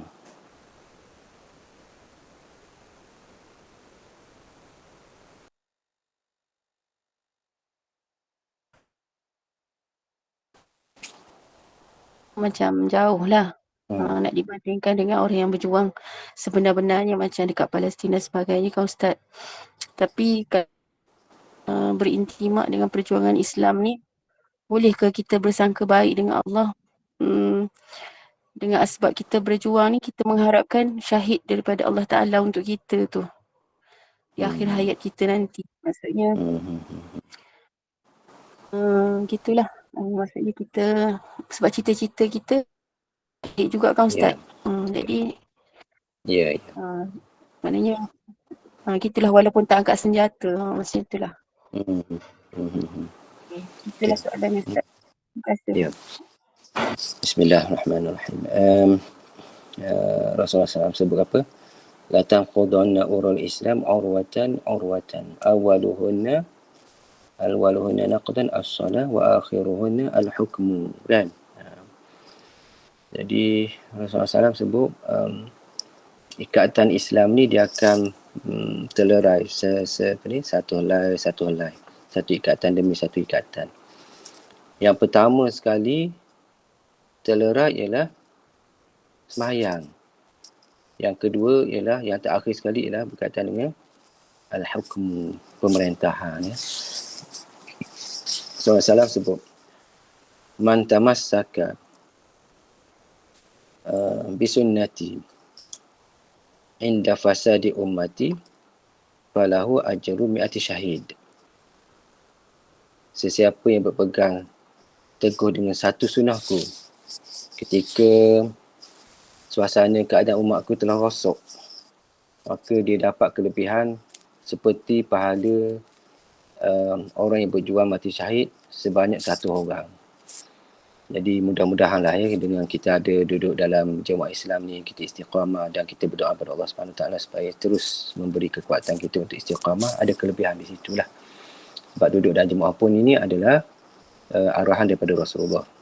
Kita duduk bersama jemaah orang Islam ni adalah arahan daripada Rasulullah SAW. Tambah-tambah jemaah itu adalah jemaah Islam ya. Dan tambah-tambah jemaah Islam itu dari segi muasafat, ciri-cirinya adalah sama seperti mana jemaah Islam yang Rasulullah SAW bina dulu. Dengan kita duduk di jemaah Islam kita ni, ciri-ciri dan muasafatnya adalah sama. Alhamdulillah. Dengan ciri-ciri itulah kita harapkan ada kelebihan lah di sisi Allah Subhanahu Wa Taala. kita duduk dalam keadaan istiqamah, kita duduk dalam keadaan sentiasa mengharapkan redha daripada Allah, kita duduk ni berjuang di atas kemampuan kita sikit-sikit kan. Kalau banyak pun banyak lah. Kalau jadi ketua cawangan pun bergerak secara ketua cawangan. Kalau kita bergerak sebagai ketua muslimat pun amirah ke umpamanya bergerak secara amirah dan juga ketua cawangan ataupun ketua muslimat ataupun ketua tarbiyah. Moga-moga dengan apa nama ni, kita berada dalam jemaah ni adalah pahala daripada Allah Subhanahu Wa Taala yang dihitung dari segi masanya di sisi Allah Subhanahu Wa Taala, supaya kita ni ada ruang untuk masuk ke dalam syurga. Tapi kena ingatlah juga kita pernah baca hadis masa kita belajar dulu, Rasulullah SAW, saya ingat ada 3 manusia yang semuanya baik atas dunia ni. Semuanya baik atas dunia ni. Yang pertama orang alim orang alim. Yang keduanya adalah orang yang apa nama ni, yang berjuang sehingga mati syahid. Yang ketiganya adalah qari adalah qari. Semua tu adalah amalan baik Semua tu amalan baik. Orang alim dia mengajar orang, dia minta Allah SWT masuk dalam syurga dia sebab orang boleh dapat ilmu dan sedar. Boleh buat amalan baik disebabkan ilmu yang disampaikan. Allah SWT kata, dah. Bukan. Mu dapat dah atas dunia sebab mu niatnya adalah nak dapat ini, nak dapat ini. Dapat dah atas dunia dulu, aku beri dah belakang-belakang padamu. Waktu mu dapat dah. Sebenarnya mu dah ikhlas aku ajar berkaitan dengan ilmu tadi. Mu nak dapat benda tu je. Nak dapat kedudukan, nak dapat pujian daripada manusia, nak dapat supaya orang kata mu ni adalah orang hebat sekali dalam kampung mu, tak ada siapa-siapa dah nak banding dengan orang lain ni. Aku je dah paling cerdik, aku lah yang ada PhD umpamanya, aku lah yang digelar profesor, orang lain tak ada profesor pun aku je umpamanya kan. Tak ada, mu dapat dah atas dunia ni, masuk dalam neraka. Begitu juga orang yang mati syahid pun masuk dalam neraka. Sebab apa? Sebab masa dia berjuang tu niatnya adalah nak tunjuk dia tu adalah orang paling gagah, yang paling berani ke depan. Dapat benda tu. Dapat dia dapat benda tu. Orang puji dia, orang paling gagah, paling berani ke depan dalam perjuangan. Sehingga dia mati syahid. Dapat pujian dah atas dunia. Dia dah dapat pujian dah. Masuk dalam neraka juga. Jadi juga dengan qari. Jadi tu imam, qari situ, qari sini umpama kan. Suara yang bagusnya. Allah SWT kata bagi dah. Atas dunia tu kamu diberi dah. Kamu baca 20 ayat orang bagi 70,000. Orang bagi tu kutipan tu orang bagi banyak ni daripada kamu. Dapat ada habuan kamu atas dunia. Tak ada dah qari-qari di atas akhirat ni. Kamu adalah habuan di hari akhirat nanti dalam neraka. Jadi itulah saya nak balik semula lah supaya kita ikhlas balik berjuang pada Allah Subhanahu Wa Taala ni. Walaupun kita dah duduk tempat yang sedap. Ada orang yang duduk tempat sedap tapi tak makan pun benda yang sedap. Ada orang macam tu Dia orang hidang kepada dia. Orang hidang pada dia nasi, kambing. Dia tengok saja je hidangan tu. Dia tengok saja je. Ada orang macam tu Kalau kita ni duduk depan hidangan yang sedap, ada nasi, kemudian ada kambing, ada sayur-sayur, ada gulai tu daging kurang kambing, daging bakar, ikan bakar. Kita makan patutnya. Tapi ada orang yang tengok saja. Dia tengok saja, tak makan pun. Dia tak ambil peluang daripada apa yang suasana yang ada pada dia tu, tak ambil peluang untuk dia melakukan perkara-perkara yang baik. Yang melakukan perkara-perkara yang sebenarnya mengikatkan dirinya itu pada Allah Subhanahu Wa Taala. Dia tak ambil peluang. Tapi dia lebih peluang untuk mensia-siakan masa, untuk memikirkan perkara-perkara yang tak betul umpamanya, ataupun mendiamkan diri daripada duduk bersama program-program umpamanya, nak lari kepada perkara-perkara itu. Jadi tak ambil peluang itulah. Jadi satu kerugian jugalah kepada orang yang seperti itu. Na'udzubillah lah. Jadi itulah, saya cuma nak muhasabah diri saya juga sebenarnya. Duduk dalam jemaah ni ada kelebihan, tapi pada masa yang sama kita jangan ujub, jangan riak, jangan apa-apa pun, tapi terus istiqamah dengan Allah Subhanahu Wa Taala, itu je lah Kita istiqamah dan betulkan niat kita tu seharian tu, setiap hari tu kena betulkan niat kita lah, kena betulkan benda tu. Dan saya mengaku benda tu adalah susah. Perkara niat-niat ni adalah perkara yang susah. Itu juga adalah ujian, tapi kita macam mana kena mujahadah supaya kita dapat benda tu. Kita dapat niat tu, kita dapat ikhlas tu. Itu kena mujahadah. Kita lalai, kita tarik balik supaya hati kita ni balik semula kepada pangkalan. Kemudian lalai, tarik semula. Lalai, tarik semula.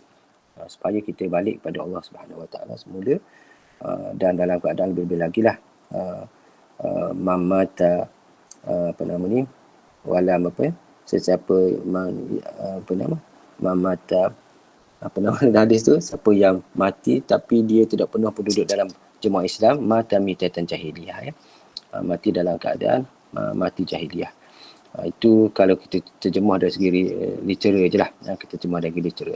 Walau macam mana pun, litera itu menunjukkan bahawa sebenarnya kita kena bergabung, kita kena duduk dalam jemaah Islam ni. Wallahu a'lam. Sekadar itu je, wallahu a'lam. Terima kasih Ustaz Zainab. Sama-sama Ustaz. Terima kasih Ustaz atas jawapan yang telah diutarakan tadi tu. Jadi ada lagi tak soalan yang nak ditanya?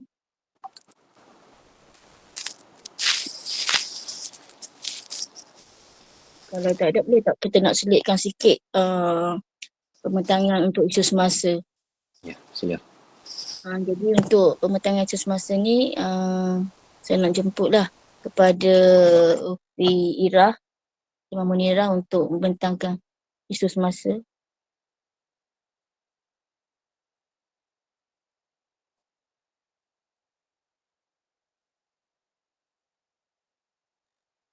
Ada lagi kan? Irah.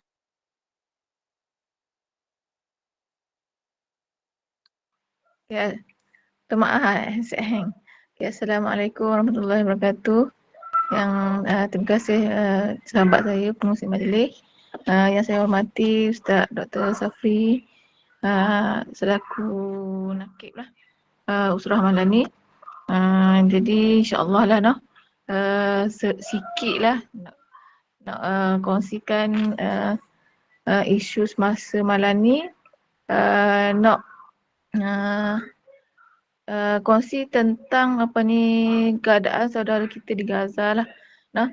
Seperti yang kita maklum, sekarang ni di Gaza ni ada satu berlaku kes dibawa kes mahkamah antarabangsa ataupun dipanggil ICJ untuk kita kata tujuan dia supaya orang kata selain daripada berjihad antara mujahidin ni, satu usaha lagi nak menghentikan peperangan ni ialah Afrika lah, dia nak tolong, dia bawa kes genocide ni ataupun pembunuhan yang tak sepatutnya ni ke mahkamah. Jadi seperti yang kita tahulah, bila bawa ke mahkamah, kita mengharapkan, kata kalau ikutkan semalam adalah keputusan lah, tapi rupa-rupanya biasalah bila melibatkan kaum kafir ni, benda tu tak jadi pun satu keputusan lagi. Malah keputusan semalam tu hanya meletakkan bahawa sekejap ni.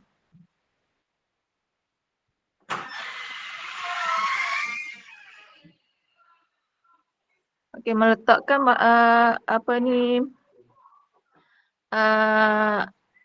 minta kepada Israel supaya bawa kemukakan lagi hujah-hujah untuk pihak dia orang lah. Maksudnya keputusan ni ditangguhkan lagi selama sebulan.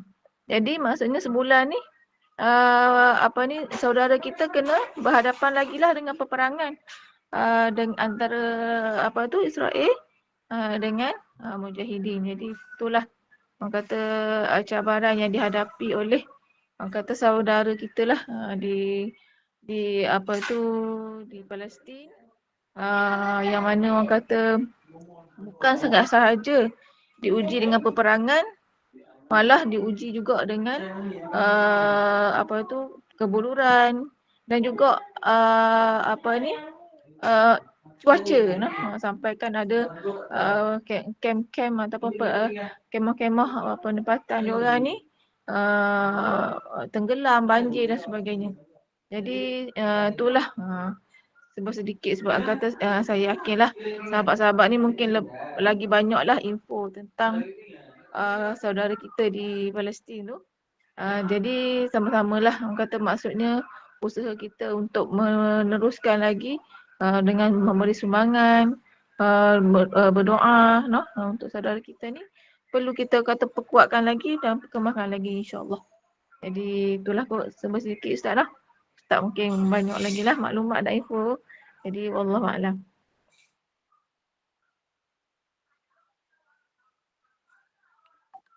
Alhamdulillah.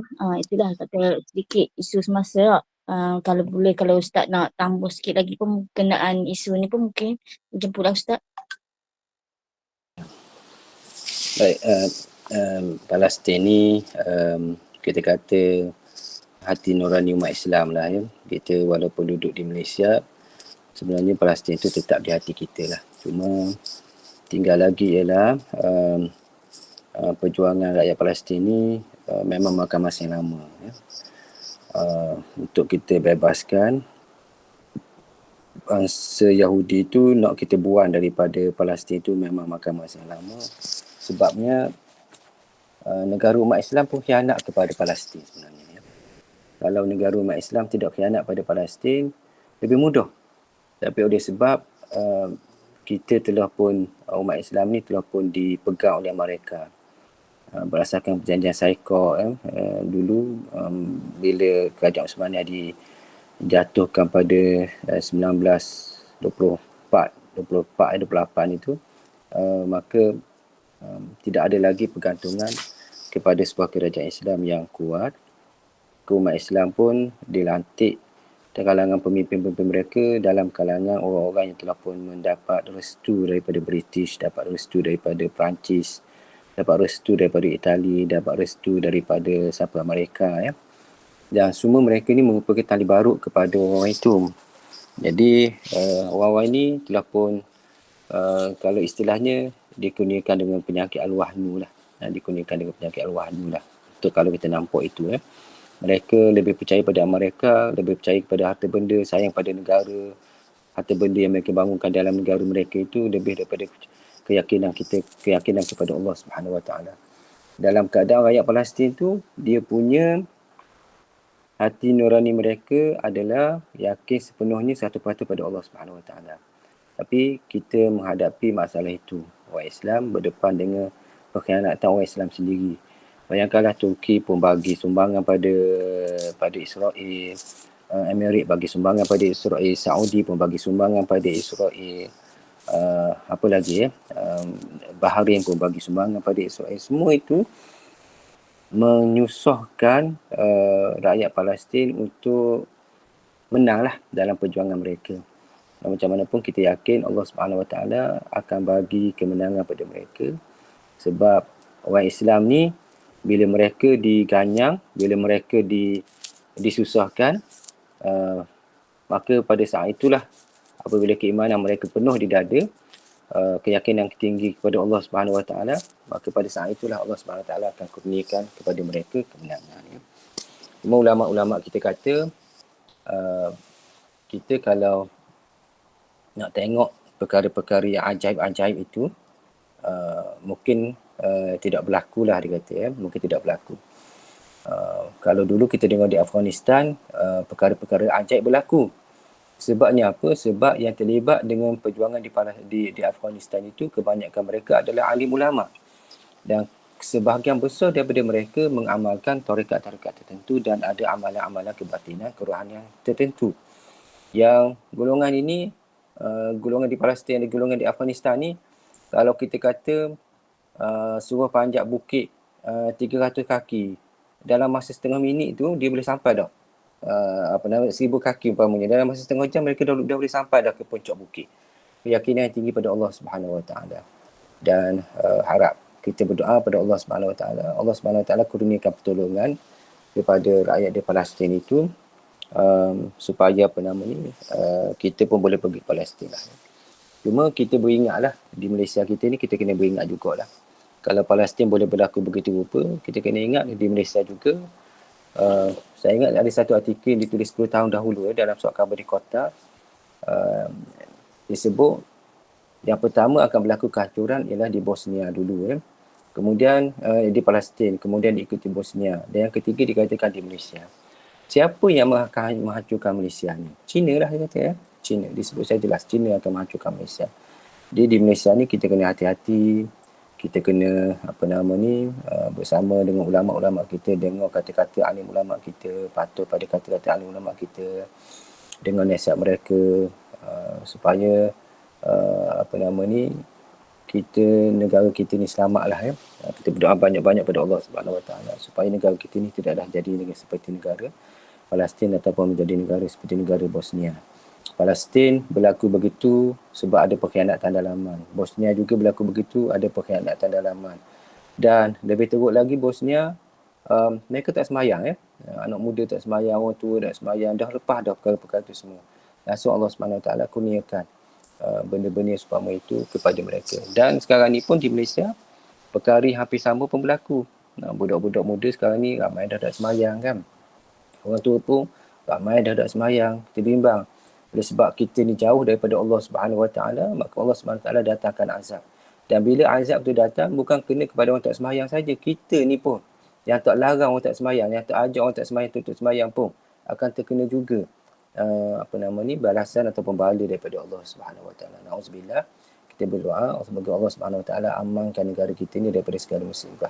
Allahumma aminna fi awtanina. Wallahu a'lam.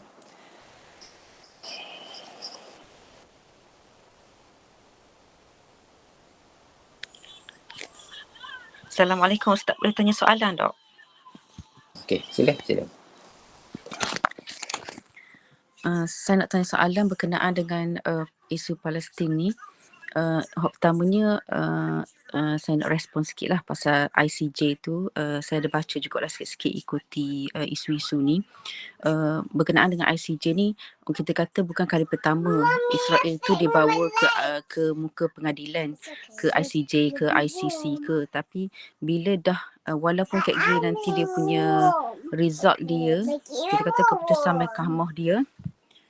mahkamah dia tu adalah contoh dia kata Israel ni salah kan di atas genocide ke, tapi kita kata berapa dia kata untuk buat untuk apa ni, untuk kita aplikasi gitu, aplikasi keputusan mahkamah tu terhadap Israel ni tak ada jalan kerana aplikasi keputusan daripada ICJ ni adalah di atas UN Council kan, Security Council. Jadi UN Security Council ini boleh diveto oleh 5 negara utama termasuk Amerika. Jadi seolah-olah macam kita pusing kok tula je kayak gini kalau dari segi politiknya lah, politik antarabangsa ni. Itu je lah nak khabar. Maknanya kalau kita nak excited sangat pun nak khabar nanti dia Israel ni akan dituduh kan genocide, tapi dari segi nak aplikasi kayak gini keputusan mahkamah tu pun tak boleh. Sebab kayak gini balik-balik kena pergi ke UN Security Council yang boleh diveto oleh Amerika. Dan kalau kita tengok sejarah dah banyak kali dari Amerika ni sudah veto apa-apa saja yang terhadap Israel, yang orang nak buat terhadap Israel dah diveto banyak kali dah sebelum ni. Okey, balik pada soalan saya pada Ustaz, berkenaan dengan contohnya negara-negara Islam ni dia berbelah kepada Israel, berbelah kepada Amerika, sehingga ke Arab Saudi pun. Kalau kita kata sekarang ni Laut Merah itu telah disekat, tapi Arab Saudi ni melalui Dubai dia angkut dia macam-macam barang-barang keperluan yang perlu dibawa melalui laut tu, yang dah tak boleh, dah disekat sekarang ni, dia bawa kot darat, bawa kot Saudi. Maknanya sekeliling kita ni orang semua menyokong di belah Israel. Saya nak tanya Ustaz satu perkara berkenaan dengan pejuang-pejuang Islam. Banyak orang kata disokong oleh Iran.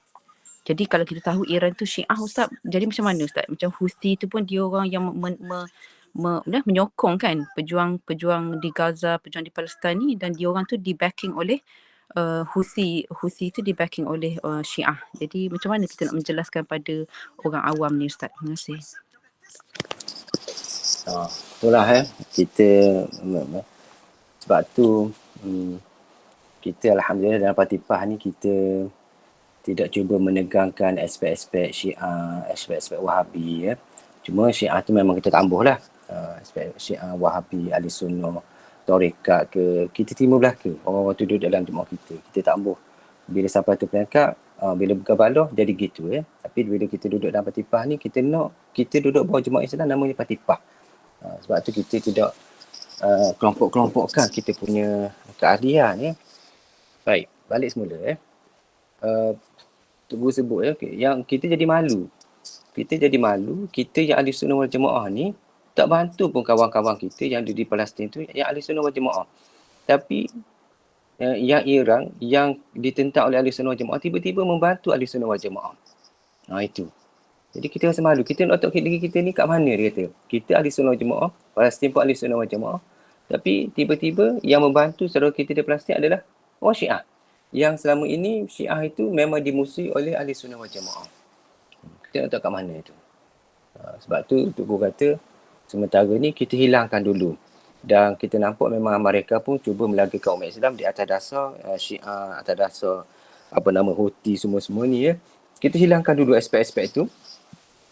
Yang penting ialah sama ada Lebanon ke Hizbullah, sama ada daripada Houthi ke ataupun daripada Iran, dia bantu umat Islam kita di Palestin.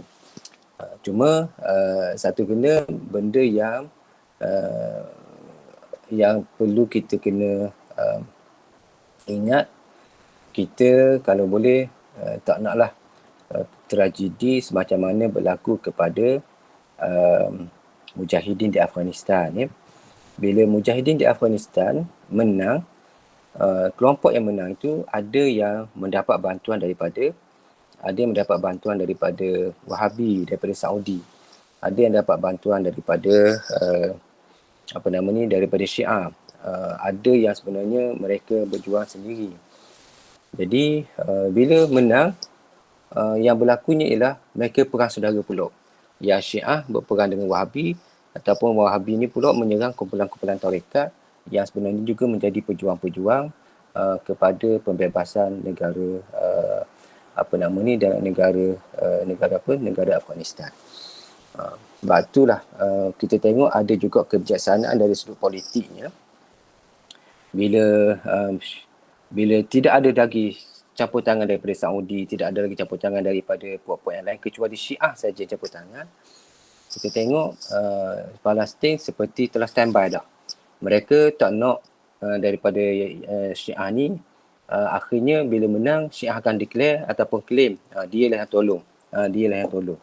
Tapi pertolongan itu yang dibuat oleh Hizbullah ke, Lebanon ke, ataupun dibuat oleh Syiah Iran ke, ataupun Syiah Houthi ke, ialah nak bebaskan Masjidil Aqsa. Bukan semata-mata nak tolong Palestin, bukan semata-mata nak tolong orang Sunni di Afghanistan di Palestin, tapi semangatnya ialah nak bebaskan Masjidil Aqsa daripada Yahudi. Jadi atas semangat itu mereka berjuang, dan di atas satu kumpulan itu mereka berjuang. Di atas moto itu, nak bebaskan Masjidil Aqsa daripada ataupun nak bebaskan Palestin itu daripada Yahudi. Dan tidak menampakkan gerakan-gerakan dalaman daripada Hizbullah, daripada Houthi ke, ataupun daripada Iran ke, tidak nampak pergerakan bahawa mereka nak claim lepas pada ni kalau menang kena sokong pada gerakan Syiah pula. Yahudi Palestin ni kena bagi kepada Syiah. Tidak dapat. Kita tak nampak lagi ada gerakan-gerakan yang seumpama itu. Jadi Tugu kata macam mana pun kita kena bersetuju dahulu, dan kita kena tunggu, dan kita tengok pimpinan Palestin dah alert benda itu supaya Palestin nanti tidaklah akan jadi Syiah. Palestin nanti akan tetap jadi Ahli Sunnah wal Jamaah, dan mereka ni adalah orang Ikhwan, dan mereka adalah pengikut-pengikut tarekat, dan mereka adalah berahli sunnah mengikut pandangan ulama-ulama yang muktabar. Ada mazhab Syafi'i, Malikinya, dan sebahagian besar bila mereka adalah bermazhab Syafi'i. Itu saya dipahamkanlah, walaupun ada yang bermazhab Hanafi. Gaza itu adalah tempat kelahiran Imam Syafi'i ya. Saya dipahamkan ada pelajar Palestin di Unisa itu dia beritahu ramai penduduk di Gaza adalah pengikut mazhab aliran Syafi'iyah, dia kata ya, kalau dari segi fiqh ni. Dan mereka dari sudut pegangan akidah mereka adalah Ahli Sunnah wal Jamaah, bukan Wahabi dan bukan siapa-siapa. Dan ramai juga di kalangan mereka memberi baiat kepada syekh-syekh tarikat lah daripada pimpinan mereka, termasuk saya dipahamkan Ismail Haniyah pun juga ada pengamal tarikat, tak salah saya Syaziliyah diberitahu macam tu ya, wallahu alam, ataupun Naqsyabandiyah wallahu alam. Itu kekuatan mereka lah ya, itu kekuatan mereka. Sama ada sementara Syiah nak bantu, terima dulu. Yang pentingnya bebaskan Palestin, yang pentingnya bebaskan Masjid Al-Aqsa daripada kerangka tangan-tangan Yahudi. Itulah yang saya nampak. Isu Palestin jangan kita kaitkan adu domba semacam mana dikehendaki oleh mereka supaya nampak ketegangan dengan membangkitkan perkataan Syiah di tengah-tengah kemelut sekarang. Dan kita dapati Amerika ada kelemahannya. British juga ada kelemahannya. Tambah-tambah bila Yaman buat macam tu, kemudian bila Hezbollah buat macam tu, Lebanon dan Syria pun buat macam tu, dan mereka seperti ada ketombokan tentera yang menyekat pergerakan-pergerakan daripada Amerika, Britain dan juga Perancis dan juga kelompok-kelompok yang menyokong pada Yahudi tadi. Baik, balik pada ICJ tadi, saya sokonglah benda tu. Sebenarnya ICJ ni tidak ada manfaat langsung pun. Mungkin orang kata semata-mata nak bersandiwara aja, walaupun mungkin niat daripada Afrika Selatan itu adalah ikhlas, tetapi dilayang benda itu semacam nak sandiwara saja katanya sebagai permainan politik antarabangsa. Dan ICJ itu sendiri sebenarnya dikuasai oleh Zionis sebenarnya dan dia nak tunjukkan keadilannya, tetapi akhirnya kata putus akan pergi kepada Security Council juga. Sebab itulah kita tidak mengharap sangat kepada ICJ dan kita juga tidak mengharapkan sangat daripada Security Council. Dan umat Islam sebenarnya kena berjihad lah, kena berjihad. Dan kita tengok Palestin pun, mereka tak pun galakkan negara-negara lain supaya mengambil satu sikap hantar declaration ataupun permintaan kepada ICJ supaya hentikan pencerobohan ataupun hentikan perkara yang berlaku di Palestin. Tidak. Dan mereka juga hendak, kalau betul-betul hendak, yang mereka hendak ialah Israel sama sekali tinggal keluar daripada Palestin dan jangan sekali-kali bom lagi pada bandar Gaza. Itu yang mereka hendak. Artinya mereka mempunyai keazaman yang tinggi untuk berperang, untuk mati syahid, dan mereka tidak mempunyai rasa takut pun untuk berdepan dengan Israel.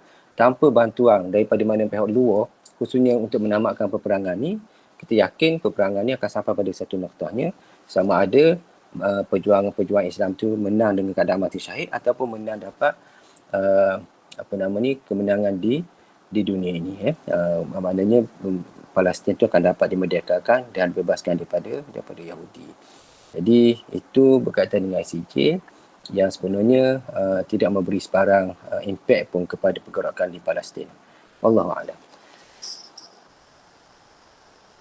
Ustaz, satu soalan dari saya simple je. Kadang saya tertanya, apa hikmah yang kenapa berlaku perang di Gaza sekarang yang berlanjutan lama ni. Kalau yang lepas hanya beberapa bulan ni sampai 100 lebih hari dah. Apa hikmah? Boleh Ustaz bagi tahu sikit hikmah dia? Strategi perang lah. Saya beranggapan itu adalah strategi perang. Lagi lama peperangan itu berlangsung, sama ada kita ataupun pihak musuh, dia akan menghadapi kos. Kos tu sama ada tenaga dari sudut kewangan ataupun kos tu dari sudut tenaga manusia, dari segi human resource kita panggil, tenaga kemanusiaan. Kalau kita baca buku siapa yang ditulis oleh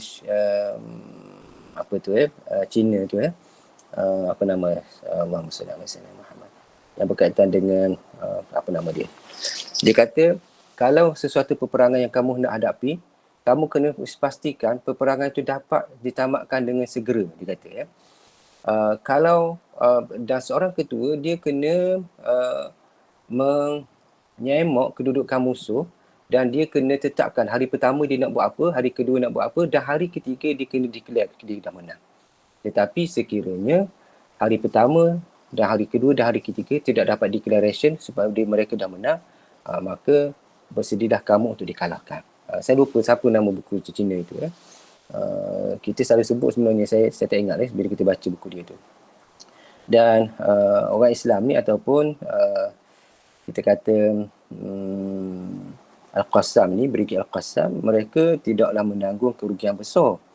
Cuma kita kata kerugian dari sudut pembangunan lah. Bangunan-bangunan itu mereka rosak, kedudukan mereka, rumah mereka dimusnahkan, itu je lah. Tapi dari sudut tenaga kemanusiaan, dari sudut persenjataan, dari sudut kekuatan mental masih lagi berada pada Brigade Al-Qassam, ya. Berbeza dengan Israel, sepatutnya mereka sebagai sebuah kuasa yang dibelakangi, yang ditunjangi, disokong oleh kuasa-kuasa besar, sepatutnya mereka boleh mengalahkan Brigade Al-Qassam dalam masa 2-3 hari ataupun dalam jangka masa sebulan. Tapi dilanjutkan oleh Brigade Al-Qassam ni, mereka buat serangan-serangan wujud dan mereka, kedudukan mereka tidak boleh dikesan secara tepat oleh Israel. Ini menjadi kesusahan kepada Israel untuk menghapuskan gerakan Brigade Al-Qassam, ya. Dan sebenarnya bila memberi kesusahan, tidak dapat kesan, dia akhirnya tentera ni dia akan sampai pada satu peringkat nanti, dia akan sampai pada peringkat lemah semangat. Dia akan sampai pada lemah semangat. Jadi bila keadaan mereka masuk dalam keadaan lemah sangat, mereka akan lebih mudah dikalahkan. Dan itu dari segi strategi perang lah. Lagi lama peperangan itu berlangsung, terutamanya musuh dapat bertahan dengan lebih lama, maka dia akan memberi moral support kepada tentera Brigade Al-Qassam. Dia akan bagi demoralize lah kepada tentera-tentera. Dia akan menyebabkan sokongan moral ataupun keruntuhan dari sudut kejiwaan tentera-tentera Israel itu akan jadi merudum, ya. Semacam mana peperangan yang berlaku di Vietnam. Israel, Amerika masuk dengan kekuatan tentera, tetapi mereka tak dapat kesan pun kedudukan tentera Vietnam. Apa berlaku? Walaupun peperangan itu berlangsung dengan lebih lama, panjang, lebarnya, tapi akhirnya dari segi moralnya Amerika jatuh dan akhirnya Amerika mengundur ataupun kalah daripada peperangan di Vietnam. Sama juga peperangan di Afghanistan. Mereka cuba lanjutkan sampai berpuluh-puluh tahun mereka duduk tapi tak dapat kalahkan.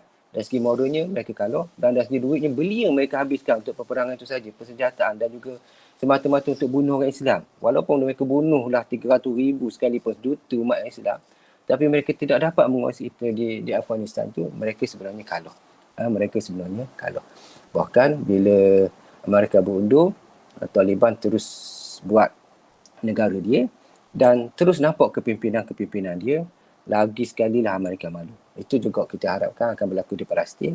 Akhirnya Israel akan kalah, Amerika akan kalah, Britain akan kalah, Perancis juga akan kalah dan akhirnya rakyat Palestin dapat balik negara dia. Sebab itulah dengan perancangan dengan strategi-strategi peperangan itu yang kita dah tahu sebenarnya, strategi peperangan itu kita dah tahu, tetapi dari sudut tempoh masa itu memang memberi peluang kepada Afghanistan, Brigade Al-Qassam untuk merangka strategi yang lebih kemah lagi lah. Dan usaha-usaha untuk pergi ke Tel Aviv itulah saya kira. Dan satu lagi saya dapat maklumat, kalaulah sekiranya mereka dapat bom kawasan nuklear itu, mungkin di situlah akhirnya Israel akan berundur daripada Palestin. Cuma kegusaran kepada umat Islam ni ialah apakah kalau bom kepada pusat nuklear itu akan menyebabkan terjejasnya Masjidil Aqsa. Itu juga menjadi pertimbangan kepada umat Islam nak bom kawasan nuklear yang berada di Tel Aviv ataupun di sekitar negara Israel sekarang ni lah. Wallahu a'lam. Terima kasih Ustaz. Terima kasih Ustaz. Memandangkan masa kita pun dah lewat sangat dah. Memang kita takkan sedar lah, masa lalu ni memang begitu cepat lah. Oleh kerana memang tak sempat lah untuk kita pengisian yang singkat ni. Jadinya kita haraplah apa yang disampaikan dalam surah pada malam ni kita dapat tambahkan lagi ilmu kita, insya-Allah, pengetahuan kita berkenaan dengan isu semasa tadi tu. Lepas tu lagi berkenaan dengan tajuk usul kita pada malam ni berkenaan dengan cabar iman tadi tu.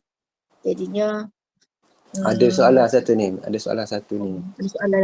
Ustaz nak jawab lagi satu lagi. Tak apalah, jawab secara ringkas lah Kak. Jawab secara ringkas lah. Yelah, dari segi kewajipan itu wajiblah kalau yang sunat-sunat tu mungkin kita boleh tangguhkan dulu perjalanan kita, tapi kalau perkara wajib tu buatlah untuk pergi haji dan juga umrah tu, ya. Macam mana dah kan. Tapi kita bukanlah berniat untuk sokong Israel, tidaklah, tapi untuk menyempurnakan dari sudut ibadat kita dah. Wallahu alam ya. Okey, sudahlah insya-Allah. Alhamdulillah. Jadinya bagi mereka pendekkan lagi masa kita lah. Nak minta sedikit kata ya sebaik Ustaz boleh untuk kita bacakan doa lah pada malam ni kerana supaya kita ni dikekal lah bersama-sama dengan para ulama apa semua. Jadi kita Ustaz. Bismillahirrahmanirrahim. Alhamdulillahirabbil alamin wassalatu wassalamu ala rasulillah sayyidina Muhammad wa ala alihi ajma'in. Allahumma faqihna fid din wa 'allimna ta'wil wa hdina subul salam. Allahumma ij'alna min hizbik fa inna hizbaka humul ghalibun waj'alna min jundik fa inna jundaka humul muflihun waj'alna min awliyaik fa inna awliyaaka la khawfun 'alaihim wa la yahzanun. Allahumma innaka ta'lamu anna hadhihi al-qulub qad ijtama'at 'ala mahabbatik wa la taqata 'ala ta'atik وتوحدت على دعواتك وتعهدت على نصرة شريعتك فوثق اللهم رابطتها وأدم ودها واهدها سبلها واملأها بنورك الذي لا يخفو واشرح صدورها بفيض الإيمان بك وجميل التوكل عليك وأحيها بمعرفتك وأمتها على الشهادة في سبيلك إنك نعم المولى ونعم النصير. اللهم اهدنا الصراط المستقيم صراط الذين أنعمت عليهم من النبيين والصديقين والشهداء والصالحين وحسن أولئك رفيقا. اللهم اجعل جمعنا هذا جمعا مباركا وتفرقنا من بعده تفرقا معصوما مغفورا. اللهم ربنا آتنا من لدنك رحمة وهيئ لنا من أمرنا رشدا. ربنا آتنا في الدنيا حسنة وفي الآخرة حسنة وقنا عذاب النار. وصلى الله على سيدنا محمد النبي الأمي وعلى آله وصحبه وبارك وسلم. سبحان ربك رب العزة عما يصفون وسلام على المرسلين والحمد لله رب العالمين. قبل الله. Amin amin ya rabbal alamin. Jadinya kita tangguhlah dulu usrah kita. Gambar dulu kalau ada yang boleh bergambar boleh gambar dululah. Kita tangguhkan dulu usrah kita pada malam ni dengan tasbih kafarah dan surat as.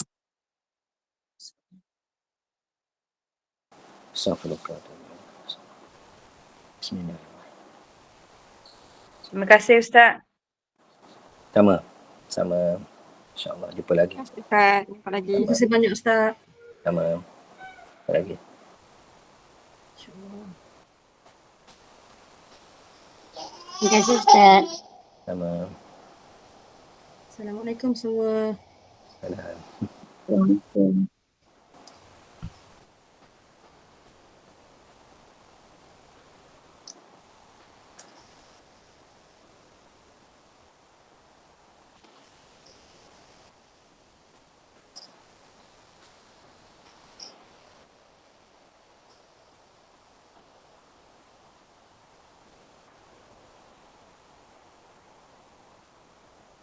Terima kasih Ustaz. Sama.